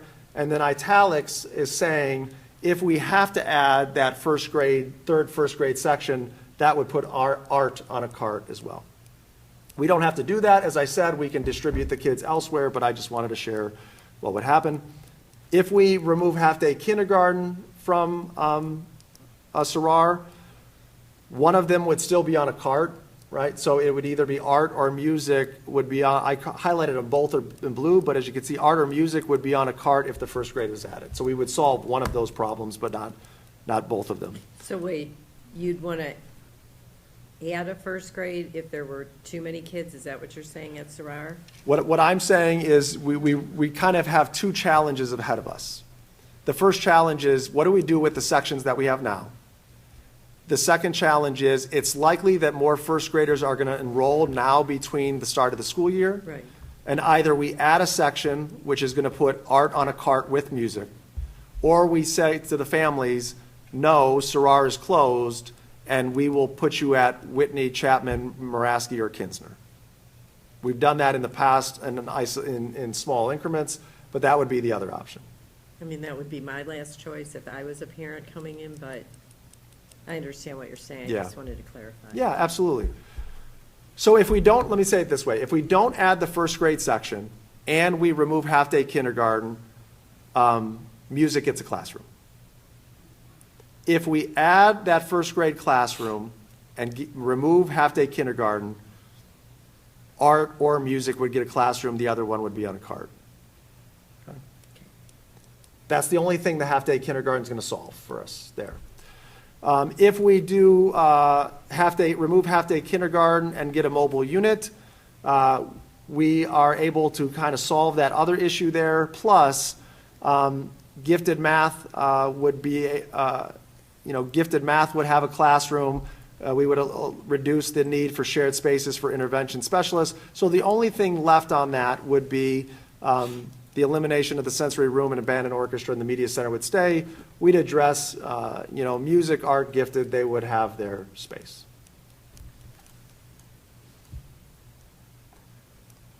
I'm glad Whitney is easy because, so Whitney is reducing a section next year, so they will have one empty classroom. I've shared, and we shared last time, what they're going to possibly utilize that room for, but there's no changes needs. They're in a good spot in terms of space at Whitney for next year. So here's what I'm asking for at this point as we kind of move forward with this decision, is I would like to see if we have consensus on centralizing half-day kindergarten. Right now, the numbers, we could do it. That would give me the ability to start working with transportation, sharing that with families well in advance so they know as we're going through this season, people could make choices, like Rich, you said, of, hey, if I don't want to do that. But I think now is the time to start communicating with parents if we are going to do that. So I am recommending we move forward with the centralizing of the half-day kindergarten, and I'm asking the board for consensus for me to move forward and start communicating that. Then what I would recommend is that we take the next few weeks and ponder that last column, the mobile unit piece of it. I've shared with the board, we've got the opportunity this upcoming week, if you want to go see a mobile unit and take a look at it, to see it firsthand and see what you think, to be able to reflect on, what that would provide for our students, to reflect on the information that we've talked about and you've been given in terms of the impact of encore classes on a cart, or not having a dedicated space. And then, when we come back in April, at our next meeting, we could have further discussion about that last piece of the column, which is the mobile unit. I would also ask, I guess I would throw in there, to me, the stage is something I think we should go forward with.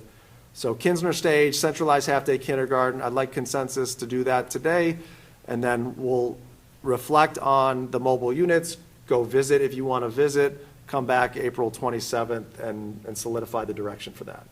I just have a question about the mobile units. Is there any, does anyone feel like safety issues with that? The kids are going to have to, how secure is that? Our buildings are, we try every day to make them more and more secure. The minute I hear the mobile unit, it just rings a bell, I don't know how safe that would be. That's just, I don't know. I know other buildings have them. Yeah. I just don't know. Is it similar to what we had back at Allen when I went there? I think music was in that and something else. Because my question was going to be, what about the heating and cooling of that? Because I remember in the wintertime it was freezing in them. Yeah, so they have. Freezing, horribly freezing. Yeah, I can't speak to all of, I'm assuming the technology and the infrastructure is better. So, they would have full hookups of AC and heat. As we said, the ones that we're proposing do not have water or plumbing in them. And that's, again, why we would recommend that the classes would only be out there for a rotation in 45 minutes. But yes, Sharon, in terms of, do I feel they're safe? Yes, I feel they're safe. Are they as safe as our buildings? Not to that same level, because it's a mobile unit, and what we would look at is, what is the pathway, and how close can we get it to our buildings? Where would they be situated? So I think a lot of those safety issues would be addressed by the positioning of that. And obviously at the elementary level, all transitions would be supervised with adults, but yes, our kids are going to be exiting the building and going to another building, and that, again, as we talked about, not desirable, but we have to decide which of the challenges do we want to address, and make a decision from there. I don't remember if the document is already in our, for us to review. Do we have better costs? Yes, that was shared in my last update, a breakdown of all the costs and the estimates, so you should have everything that you need. Purchase costs and holding costs, as far as, it's going to cost more to heat it and all the other things? No, what you have is you have the total cost for one unit, 2-classroom unit for 48 months. So you would just have to that is just to get it here on property and set it up and then take it away when it's done. At the end of 2 years, right? Yeah. So in terms of what it's going to cost for, Steve, last time I think we talked about probably $20,000 to $30,000 in construction costs to do canopies and walkways. In addition to that, if you we're talking about in total, so no, I don't have any frame of reference for, utilities that would be cost for that, or cost of that. Okay. Yeah. So in terms of the proposed plan, consensus on centralizing half-day kindergarten and giving the green light for the stage at Kinsner. Anybody have any concerns with that pathway? Okay, I'll move forward with that. In the next few weeks, if you have any questions that I haven't answered yet, or information that you would like, please reach out. I see 3 very interested music teachers back there. So I'm sure if you've been given some firsthand accounts of their experiences, I'm sure if you have others, please feel free to let me know, and you can talk to people directly, so you can hear firsthand as to some of the challenges that are there. Okay. If you do go public with, start telling people, can we just kind of know, what the reaction is? I Yeah. mean, if there's a very bad reaction, I would like to know. Yeah, I'll keep the board updated. So in my last parent update, I shared with everybody the plans of what were options on the table, and I had one parent share concerns with the centralized half-day kindergarten, but that was the only feedback that I received. So yes, if we look at this, so if you look at the scope, you're impacting 50 families. Right. With this change. But yes, if we see great concerns, I'll share that with the board so you're aware, and you obviously always have the ability to change at any time. But I appreciate that. We'll move forward with that and come back in a couple weeks with the mobile unit discussion. Any other questions on that topic? That's all I had for tonight on that one. Yes. All right, with that, I'm going to ask Jessica Frenchik to come up and join us, and I'm going to turn it over to Jenny and Jessica to give some exciting updates on the work they've done for our district learning team. Thank you. So we're going to shift from money and heavy discussion items tonight, and go to something a little lighter and I think very exciting. Jessica and I have worked really hard on this group and worked with this group. And we're really proud of the progress that we've made. So, point of reference, last summer I read a book, and it was all about instructional designing, moving forward and past traditional thinking of how we traditionally educate students, and how can you design for students to think more critically and to go deeper into their learning and really remember what they learn and carry that forward, and embedding not only the content but also skills as they do that. And so from that book, 2 points really stuck with me. The first thing is, in order to design spaces and instructionally design an experience for students, you have to think more like an entrepreneur, which means that, along the way, you want to kind of start with some ideas, and then you want to try them out, and then you want to get feedback, and then you want to come back and think about, okay, how can I apply that feedback and make it even better, and continually make that product better and a better experience for everybody. And with that, sometimes you need a focus group, to try things out and see what works and see what doesn't. The second thing that the book talked about, was why is it that after 10 plus years, we're still trying as a country to embed skills and make those just as important as the content that we teach our students. It is such a struggle when we go to, conferences and we're part of Battelle for Kids. Every district that we see, we're all working to say, how can we do this? How can we measure this? How can we make an impact on the student experience? Because the skills that kids need now, we don't even know sometimes the jobs they're going to hold, and to be able to think critically, to problem solve, to communicate effectively, to actively listen, to have empathy towards others. All of those things, it's like that those sometimes just go by the wayside and we focus on content. And the book talked about, well, content, it's easy to measure. We're accountable by test scores. It's harder to measure if a student is a better listener today than they were yesterday. That's a little bit harder to do. And then on top of that, we have barriers where, teachers are saying, I'm accountable for this test. I'm accountable for my scores. I really have to teach math. I have to teach reading. But what we've learned through this process is that by embedding skills with content, you're going to get a better student experience and kids are going to learn more. So we put together this district learning team so that we could apply both of those ideas, try some things out, and embed purposefully with intention rigorous content with the skills. What did I do? Okay, there we go. So again, I want to go back to our Portrait of a Graduate, or our Model Mustang, and you have a copy in front of you. And one of the things that came out of this group this year is we really looked at the competencies and reordered them and corrected them a little bit. We kind of, as we go throughout this, sometimes we learn better. What sounded good at first needed to change a little bit. But our focus was really on the deeper learning experience, where we embed skills with content, like I said, and you're doing that at the same time.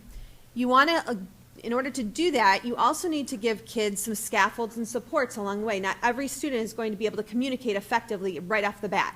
So how can we do a small group? How can we provide some resources? How can we do some activities where students start to feel that psychological safety, where I can participate and I can collaborate with my friends? And as a result of that, students have opportunities to take ownership of their learning, act more purposefully, and demonstrate mastery of their goals. So the whole point of this is that students have more voice and choice in what they're doing. They have more options, and not everybody needs to be on the same exact path where we're teaching a one-size-fits-all to everyone. So just for a second, I want you to kind of think back to your own school days, your own schooling, and your experiences there.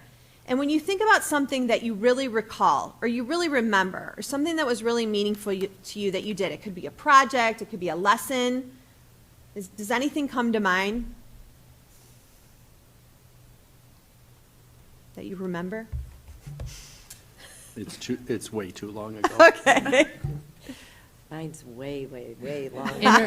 Interactive things that generally resulted in like presentations of the fact that where you were able to use creativity, and whether that be as a team or like I think about like shadow boxes that you had to make with different book reports, or like colonies that you did for certain things in American history. So like anything that was interactive that allowed you to put some creativity into the learning process. Exactly. And so those are great points, Haley, because, as we learn more about how the brain learns and what we retain in our brain, it's all about interacting with material. When we sit and get and listen, we kind of forget about what we've heard, right? But when we interact with it, when we have to manipulate things, when we have to present for an authentic audience, when I know I have to present to you, I know this inside and out because I know I have to present to an authentic audience, versus if Jessica and I are just talking in my office, it's much, much different. So how can we continue to systematically build those experiences for all students in our district? And so that's what this district learning team is all about. So what we did is we selected a diverse team of educators, and again, here are some pictures of them, and we made it special. We got balloons. Jessica delivered them all. I invited them with a letter, and really, I wanted them to feel that, yes, they were personally selected. It's a special thing, but most of all, I wanted them to take part in this team and start to try to do a little bit more on top of everything else that we're already asking them to do. We picked, different people, varied experiences from different buildings and different grade levels. They have a broad range of perspectives. So some have been teaching for many years, some are brand new. Their ages are different. What they teach is different. But the one thing was they have the respect of their peers. So people listen to them, people share with them, and we thought that was very important to carry this work forward. And then we wanted to create an environment of collaboration and continuous learning, and you're going to hear from them in just a second. And that is one thing that they mention. It's really cool what they say about, I never thought I'm a PE teacher. What can I learn from a science teacher? But they really did that, and you'll hear that in a second. And obviously gain feedback from practical application on what works. Thinking that entrepreneurial mind and how can we get the feedback before we scale this district-wide and find out, well, that resource really isn't great or this doesn't work. So I'm going to let you listen to their feedback from where we are so far in this year.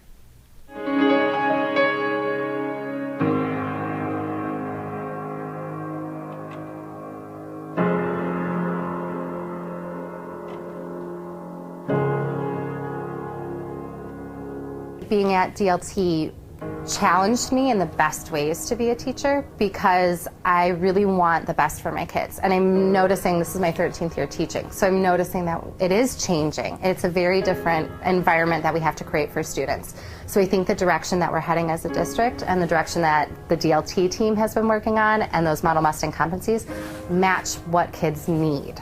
We are really embracing that this is some place that we need to grow. It's all good change, but it's going to take small steps and it can be really scary. But I think that we're going to have to be willing to make big changes, break outside of our norm and what we're comfortable with as educators, like an 8-period schedule. Maybe looking into something that's more flexible for students. I generally think about the skill set that these students need. And I know that me, along with my colleagues, we complain a lot. I don't want to say complain, but we discuss a lot about the things that students are lacking. And every single time it doesn't come back to lacking content. It's lacking the skill set. They can't problem solve. Then when they get something wrong, they don't know what to do. So to be honest with you, like I said, for somebody who's so content driven, these skill sets are probably more important. And so now I'm approaching things different, in my classroom. I approach things and look at what's the big picture idea. And at the end of the day, yeah, is it important that they could do the content? Yes, but it's just as important that they have that skill set of, like I said, knowing that, hey, if I get something wrong, I could redo it again, and they don't have a problem with that. I would rather build that in them because that's going to carry them a lifetime rather than, like I said, moles, which they'll end up using for, a month. DLT is promoting and encouraging constant thinking of your teaching practices, and we should never just steady out and get too complacent with our teaching styles. So it's allowed us to really reflect on what we're doing in the classroom and how we're bringing those very important 5 Model Mustang competencies into our instruction and constantly building and making the experience better for the kids. The DLT has been a really unique experience because it's allowed, at least me personally, to break down what Model Mustang is. It gives me time to ask the questions of, what does it really mean to be global, or how are we training our students or teaching our students to be more resilient? What does that look like in our classrooms, in our schools? It's basically opened my eyes to new methods to use in the classroom. Things I wouldn't try to do before, after seeing someone else try with a different age group, I slightly modify it, and I'm able to bring it into my classroom too. What I like about being part of the DLT team is working with other members in other buildings around the district, because I don't really get to always see what goes on around the district, and hearing what other people are doing is really inspiring, really exciting to hear about. When you talk to a teacher, every single one of them is going to talk about how students are lacking these skill sets. And so, yeah, they will relate it to content, but it's more, my students don't do this. They get an answer wrong and they don't reflect back on it. You know, they don't understand other students' perspectives on things. Those are all things that as a district, all students have in common. For example, last year I did a project-based learning experience and the kids got a lot out of that. But what I really wanted to make sure is that if we had a focus on collaboration, which I'm doing this quarter, that what does collaboration look like? What does it sound like? How can I make sure that after the project-based learning experience that the students are actually learning what it means to collaborate? So just kind of flipping the approach in my lesson planning to plan with the skills in mind first. Students have done a really good job of, like, we do a lot of collaborative group work in science. And so my students often used to think of collaboration as divide and conquer. This year I've been trying to put more emphasis on let's play to everyone's strengths. You know, just because you didn't answer question 2 doesn't mean you don't have the right to edit it for spelling or add extra content to it. But like, everybody has different strengths. You need to kind of pull those skills together like we collaborate in the real world. The strategy that I learned as part of the DLT was like the turn and talk. A lot of the strategies are kind of high level, but I thought that one I could really use. And I think when I pass things out, instead of just asking them to kind of sit quietly, I say, turn and talk to your partner about what you have or what we're going to do next. And that kind of gives them a chance to talk to each other and kind of get that little energy out. So I think collaboration is a big one. Also, the innovative I've been working on quite a bit and kind of doing some challenges or some higher level like STEM activities where we're doing some hands-on like experiments. They've loved doing that. I think it's meant challenging myself and not getting stuck in my ways and doing the same thing each year over and over. Like, how can I do this differently? Like, how can I challenge myself and do better in this area? Or how can I, challenge my students a little bit more? So I think it's just made me be more aware of where I have some strengths and weaknesses and just kind of improving on those weaknesses to see if I can get better at them. I am doing so much more project-based learning. So I'm putting the responsibility more on the students. It's more student-led, and it's for like longer periods of time. I used to like do one a year. Now I'm doing like one a quarter, sometimes one every few weeks. And I built it into smaller assignments too, where students take more initiative and more of like responsibility, holding them accountable. And it's really changed like the dichotomy in my classroom. Every Friday we do a journal self-reflection where the students pick a competency that they felt they succeeded in for the week. So I love that on Fridays we can kind of go around, I felt empowered because, or I collaborated well this week because. So the students are using the competencies and kind of reflecting on their week and how they did well, and it's really empowering them. I really am inspired by the other teachers we work with in the district. We have a really fantastic district. And so seeing what they're doing inspires me to apply that into my own classroom as soon as I can. So it's given me the time to learn what the Model Mustang is, but it's given me the time to collaborate with people outside of my own department, people that I don't work with every day, who have unique ideas. I'm like, oh yeah, I can totally incorporate what you're doing in science into my gym, or absolutely, here's what I'm doing, we're using the conflict corner, you could use this in your classroom. We live in a culture or an environment, it feels like now, that we're not allowed to fail or we have to strive for perfection. And I'm constantly telling my students that the way we learn best is through those mistakes. And it's okay to have a little stumble or have to overcome some kind of obstacle. That's more important than just being perfect the first time. Some of them have been hard for the third graders to apply, but just being really intentional and keeping an open mind about it has been helpful. It's very, very intentional. Like when we meet with a group, it's small. We talk about what it means. We talk about connections we have to projects that we're doing. So it's taking these big words for third graders and putting it in a really relatable way, and then they understand, and it kind of like clicks that like, oh, we have been doing this, or oh, we have been, doing these different competencies throughout the year. We just didn't have a name for it yet. So it's being intentional about using those terms. I don't think it's going to be a huge deal for teachers to start incorporating these Model Mustang competencies, because at the end of the day, this is what they're looking for anyway. This is what the students need to help the students, be future citizens, of this world. These are the skill sets that they need. We just need to incorporate those skill sets within our content.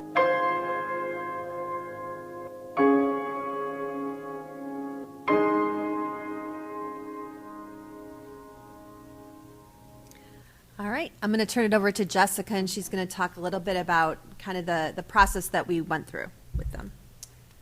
Okay, so we have had, is my mic on?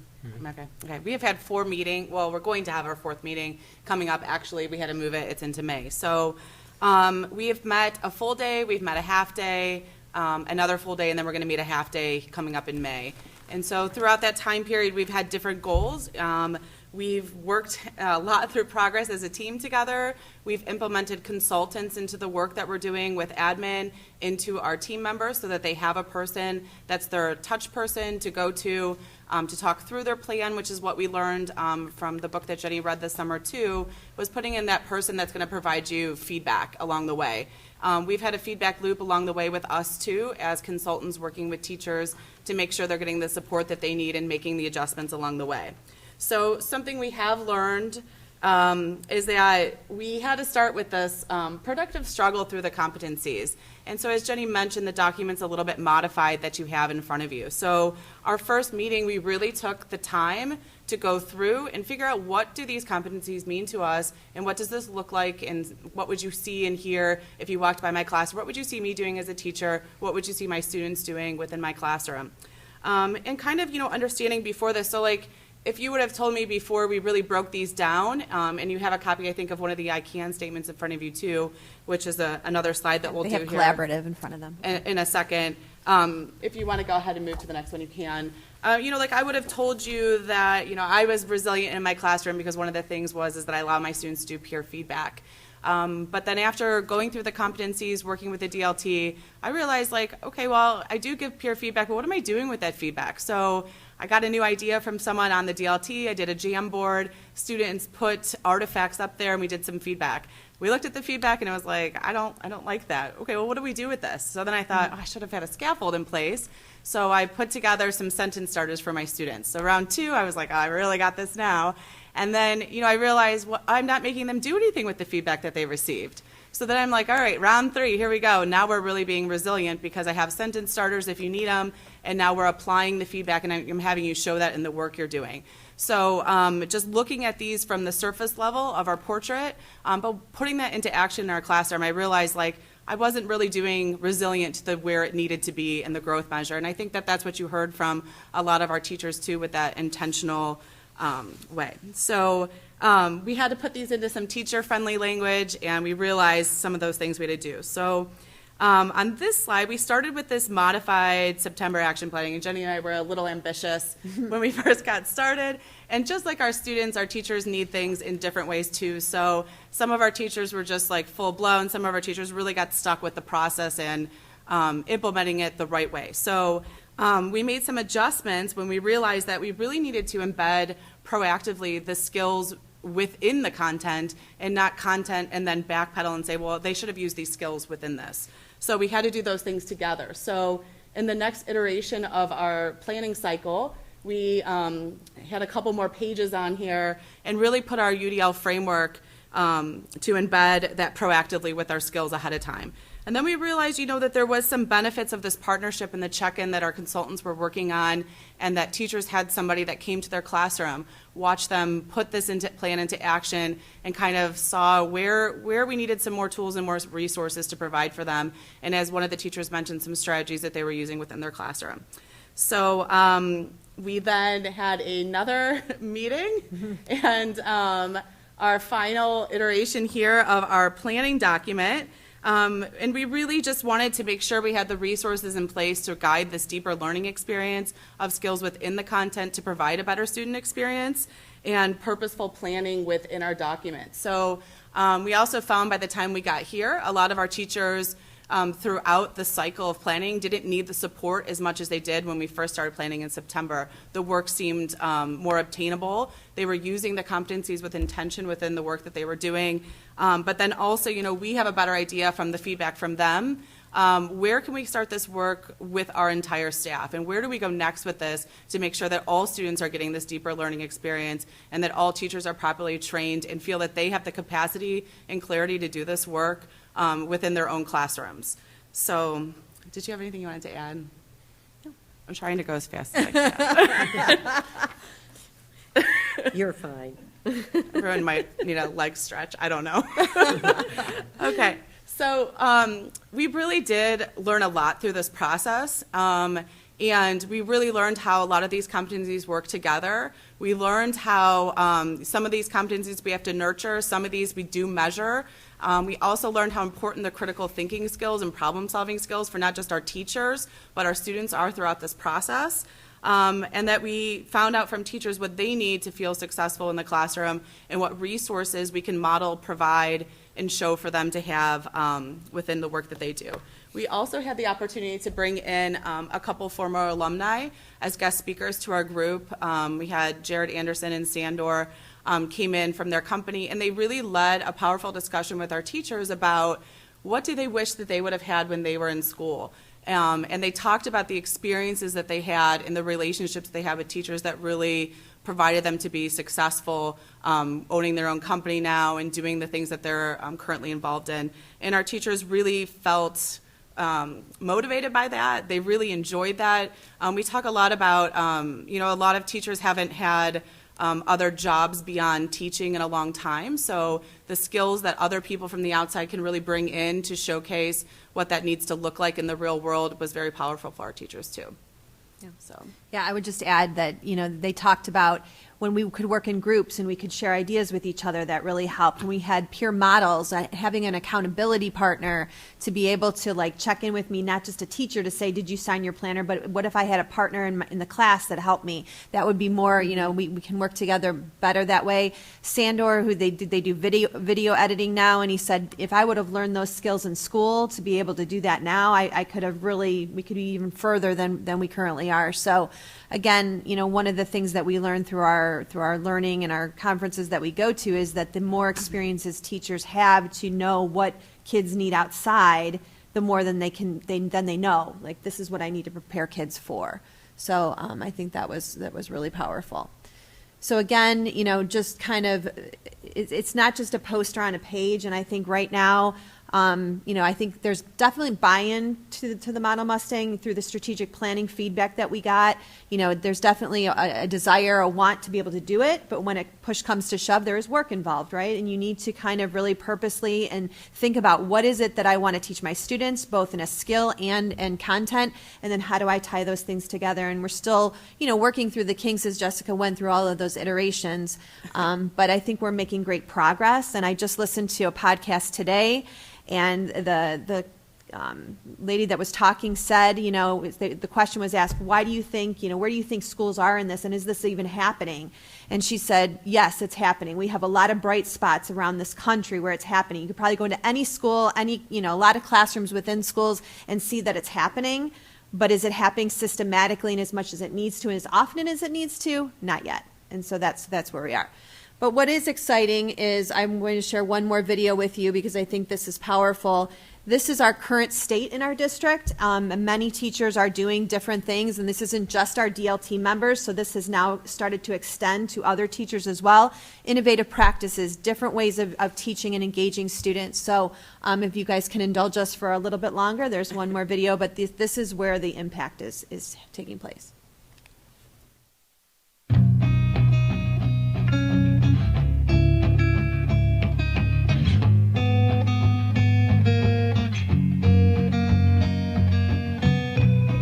In the beginning of class, students are going right to the boards. They have like a original prompt that they haven't seen before. They're working in groups of 3. I'm able to walk around, assist students who may be struggling. After the group has about 20 minutes to come up with their ideas and thoughts, everyone sits back in their seat. We go over any misconceptions they may have had, and that's when we actually start taking the notes and summarizing what they have done. What is innovative about this is the fact that students are up and working in groups at the board. They're having conversations in math, as opposed to me giving that direct instruction of, here's an example, let's do this together. Now you try it. Now let's summarize that. This is more of a, you guys go out and try the problems yourself first. We're going to summarize what your thought process was, and then we can take some notes on it. So a little backwards approach to that math classroom. It's more free, and it's easier to learn and not be distracted by stuff, and you just feel more independent, so it motivates you to do your work more. Back then I used to have not really good grades throughout the year, but now I'm getting much better grades and I'm much happier because I used to think I'd never be good at math, but I think that this learning style is helping me understand more.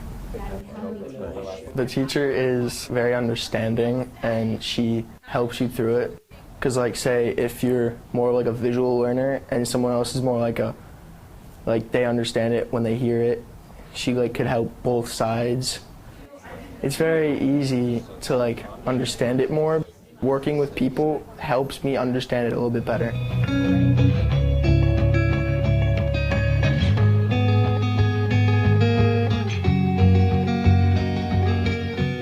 So we've done a lot of choice boards because the students love having voice and choice in the classroom, and it's a great way for them to create, be innovative, and take the skill or standard we're doing in class and make it personalized to them so they feel that they have a voice in their learning.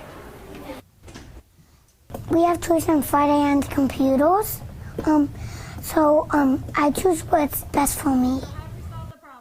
You have control of your learning, and you can make choices that's right for you.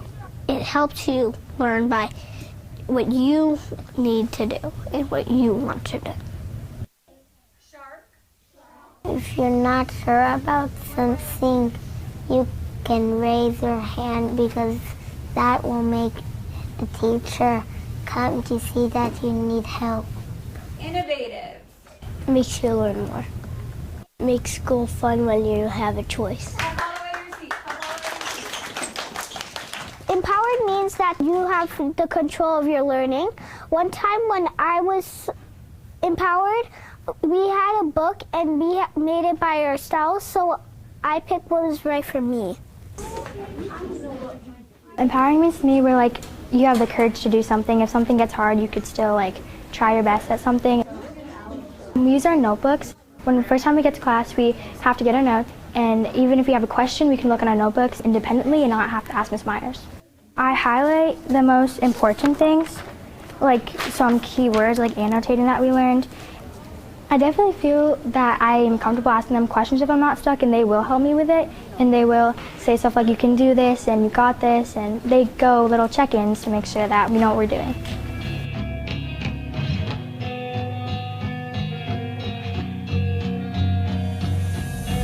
If I see that a group of students or individuals are not doing well, I pull them into that small group. I have been using our new intervention system for our math program, and I really worked with one of my individuals on it, and watching her smile and finally get certain skills and honing in on what she needs, just seeing that really has pushed her within the classroom itself.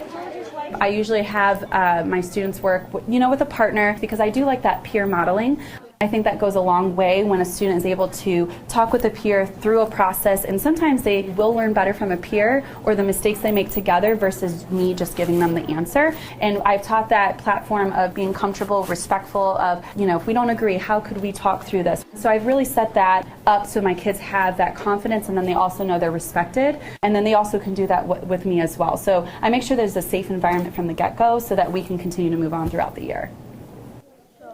How much more successful? Just standing up, talking, it's collaborative, and I get my kids thinking and talking. There's only one marker, one kid can write. And if they erase something, they have to agree as a team to erase something. So you can see it's a process of problem solving. They're not going to know the answer right away. And they said, well, we got stuck on this one. We kept trying different things. To me, that's resiliency.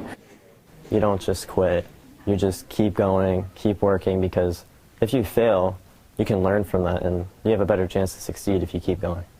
What's the purpose of your program?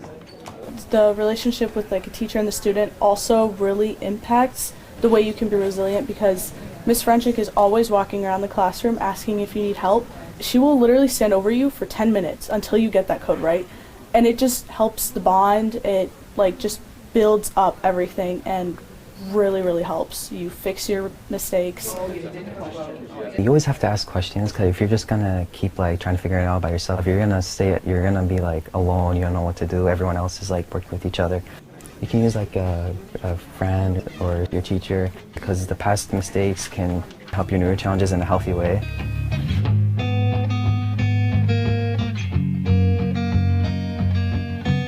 point of it is that the AP students are allowed to blossom as leaders and kind of show off some of the things they've learned over the years, and to guide the freshmen on really the important skills that need to be developed. So critical thinking, how to write a thesis statement, what elements to pick out of reading and to turn into something unique. It's a good leadership for them. It's good for the ninth graders to see where they need to get to as a senior, and just it's nice to get advice from a peer, not always just from your teacher. Like, don't be afraid to move around a little. My perspective is a little different because I'm a newer teacher. So for me, relationship building is so important, and the collaboration that our TBTs provide have been just really amazing for me. One, to be a better teacher, and then two, just to really get into the content itself and to be able to create really good ideas that are impactful. But I know, isn't that bananas? The biggest part of our collaborations are relationships, number one, and our TBT that have really grown over the last couple of years. Wendy McClure, Toby Cook, and Natalia Buchwald and I have really meshed well together. And because of the positive relationships that we have together, we can really dig into the government standards, use formative assessments, and allow retakes on tests and quizzes to improve our test scores. Most people know. They're really smart. Like he would like. Our TBTs have just been invaluable. I don't know how we taught without them, just because we're productive. You know, we come up with ideas that I know we wouldn't come up with by ourselves. Yeah, at first it was kind of weird because everybody wanted to do their thing their way.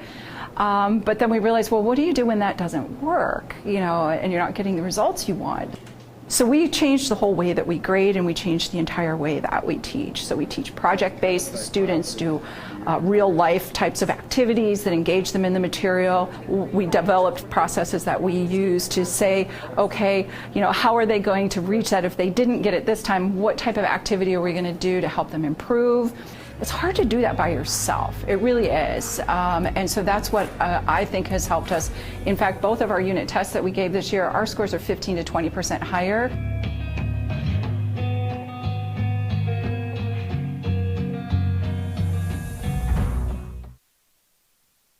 We're getting to global this next couple months is our last one to focus in on. So that was really a collaboration of all the videos we've done over the year, and thanks to Dan and Scott for all of their work and helping us out to kind of showcase what's really happening. And I think what's you know, from my lens, as I look at that, we've done so much work over the last few years. Just if you think about our TBT growth, implementing our learning framework of UDL, and really trying to proactively plan for the students we have in front of us, and you know, forego the labels, and it doesn't matter what you come with us, you know, we're going to figure it out and make sure you get what you need. So again, it's just a snapshot of the great things that our teachers are doing. I know we still have a lot of work to do, but it's exciting, and this team has been really, I think it's helped us to kind of navigate where we still need to go and get their feedback along the way, and I think we've made great progress with them. Is there anything else, Jess, you want to share? No, it's been a really nice collaboration too with teachers, and having that administrative feedback,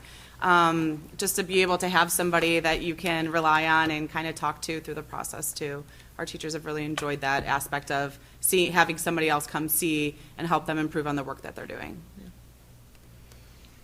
What questions do you have for us? I have two questions. You kind of started to suggest this, but what's the plan for next year? Are you keeping this team together? Or are you doing it again with another team? Can you speak to that? Mm-hmm. So we just had that conversation the other day of what we want to do. And, you know, I think we want to first ask this team, you know, do you want to continue with us and kind of do, you know, step two, which is, you know, how do we measure these things? How do we know that it's really working, and how do we know that it's as widespread as it needs to be? So that's, you know, one of the things that's on my mind. And, you know, do you measure it how we normally do, or do we kind of, you know, anecdotally get feedback of how things are going? Again, we really haven't gotten to the point where they're actively working with their TBTs on these things. You know, they're kind of doing it in isolation, and maybe there's some things they're sharing. Putting more resources together. So there's a lot more work that we can do with this group. We've also thought about possibly starting another cohort in this work, but also with our PD plan for next year, Model Mustang will be one of the things that we're going to start foundationally. And if we could get everybody to where these, you know, the DLT members are now, that would be phenomenal by the end of next year, so that they too have that deeper understanding of really, they're just not words on a page, that there's a lot more detail to them. As you can see through the ICANN statements on collaborative, you know, that's one of the things. What does that look like? I don't know what number 1 says, but what does that look like in a first grade classroom compared to an 8th grade classroom? So those are still more of the work that we need to dive into a little bit more, so. The other question is, not obviously this is public now because it's been shared at the board meeting, but has this video been sent out in any capacity, and or will it be? There's some really great nuggets in there that I think everybody needs to hear. Is there a way to do that, or are we not ready yet for that? Yeah, so the second one you saw has been shared out with the entire district. Those are snippets of my UDL connections that I send out each week. So those have been shared with the district. The DLT has internally, not. Though. What did you say? Internally. Internally, yeah, just internally, yeah, not to everybody. The DLT, this is the first time everybody's seeing that one. So, I agree with you. I think everyone needs to see it, you know, just to see their experience and what they share. Is it something that we can separate from our board meeting and make it easy for the public to, you know, get an overview and see those videos? Yeah, you know I wouldn't want to have to watch the whole board meeting to get to this. One of the things that we are working on is our website, and trying to, you know, showcase, you know, if somebody comes to our website, especially those that are looking either to buy a home here or to teach here and be, or work here and be part of our district, we want them to know what we're about. And so this is something that we want to be more forward thinking in education. So this is something we're looking to put out there. Have you thought about assuming we continue at the pace we're going next year, at some point it becomes table stakes and we'd want to scale it, and it wouldn't be something that you would want to just have cohorts. You'd want it part of your onboarding process, you'd want it embedded, and you'd want everyone. So again, at some point we're going to have to think about that. That is a part, just, you know, and jump in, Jenny, and Jess, but the district learning team is about this year, how can we work on some of the resources, the skills, and develop that, and have teachers do some action research, right? And then we can learn from that action research about what worked and what didn't. You know, as you went through the slides of here's our first iteration and second, that was a piece of it. But that is the plan, just so you're aware, for next year for professional development for all staff is working through kind of these beginning steps. So, you know, they'll be looking at how far ahead does the district learning team need to be from the whole staff. But yes, that's going to be a major focus for next year.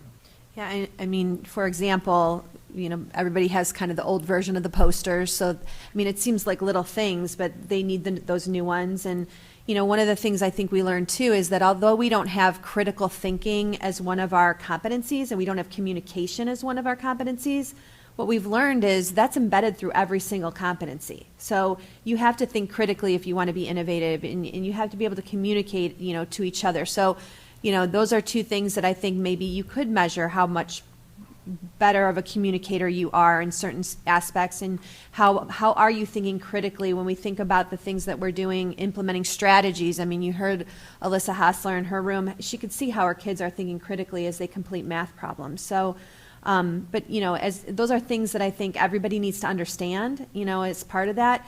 And then you have collaborative in front of you. We have one of those for every single competency that we have. And so just to even look at that and kind of, I can't just hand those to teachers and say, okay, go forth and try your best.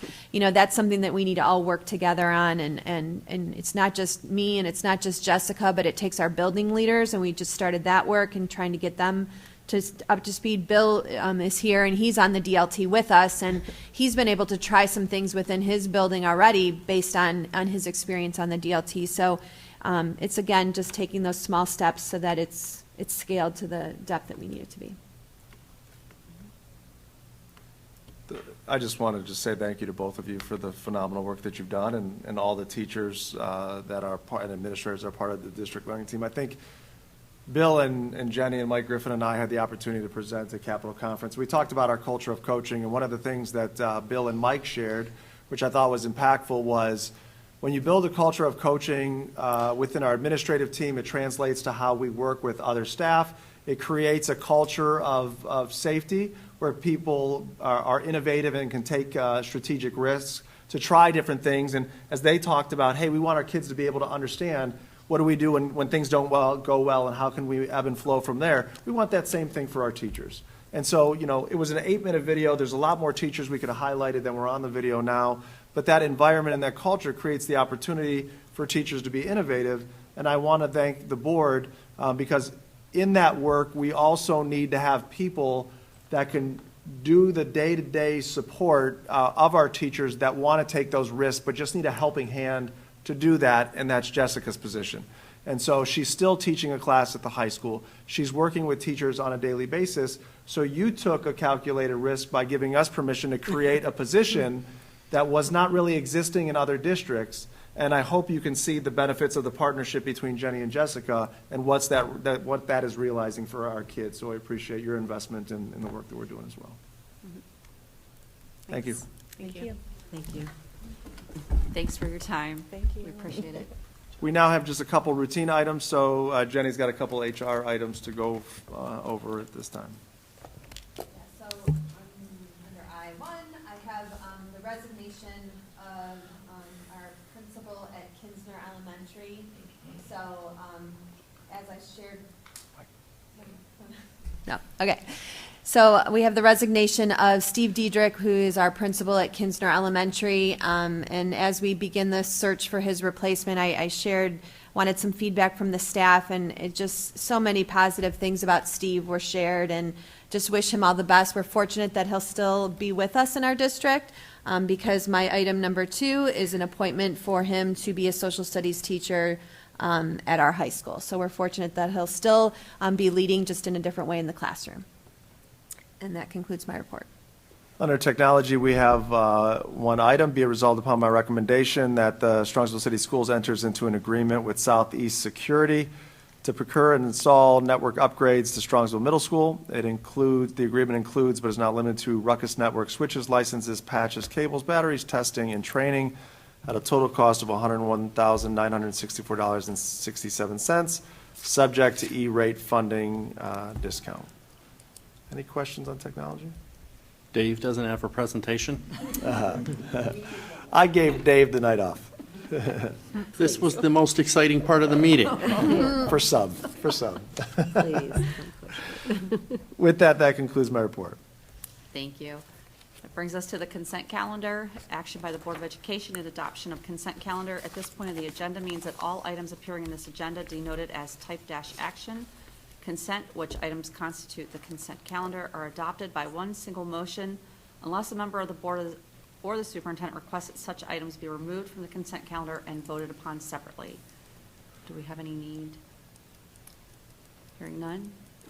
Do we have a motion? So moved. Second? Second. I didn't catch you the second. Was that Haley or Sarah? Motion was made by Haley. Okay. Second was by Rich.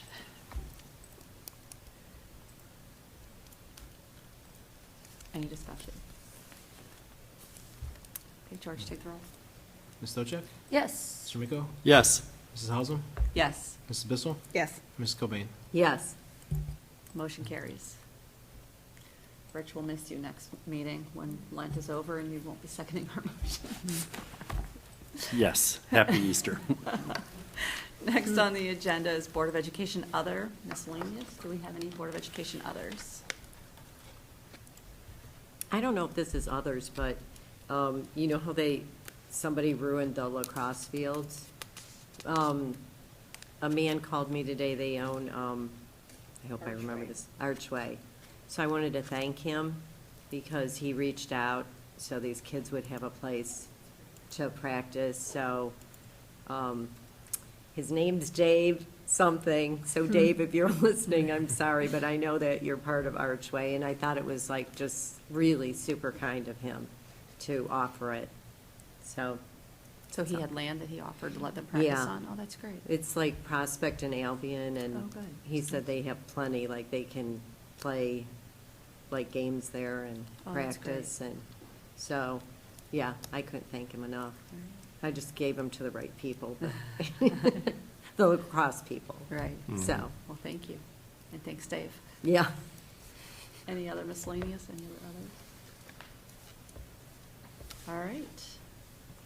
And we do have need for executive session to discuss. To consider the employment of a public employee, to prepare for negotiations with public employees concerning compensation or other terms and conditions of their employment, and to consider matters required to be kept confidential by federal laws, regulations of state statute. Do I have a motion? So moved. Second? Second. Motion by Ms. Stavcek, second by Mr. Micko. Any discussion? Hearing none. George? Ms. Stavcek? Yes. Mr. Miko? Yes. Mrs. Hausum? Yes. Mrs. Bissell? Yes. Mrs. Cobain? Yes.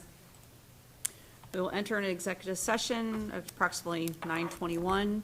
We do not see a need to continue in public session after executive session is concluded, so have a great night, and everyone enjoy your spring break.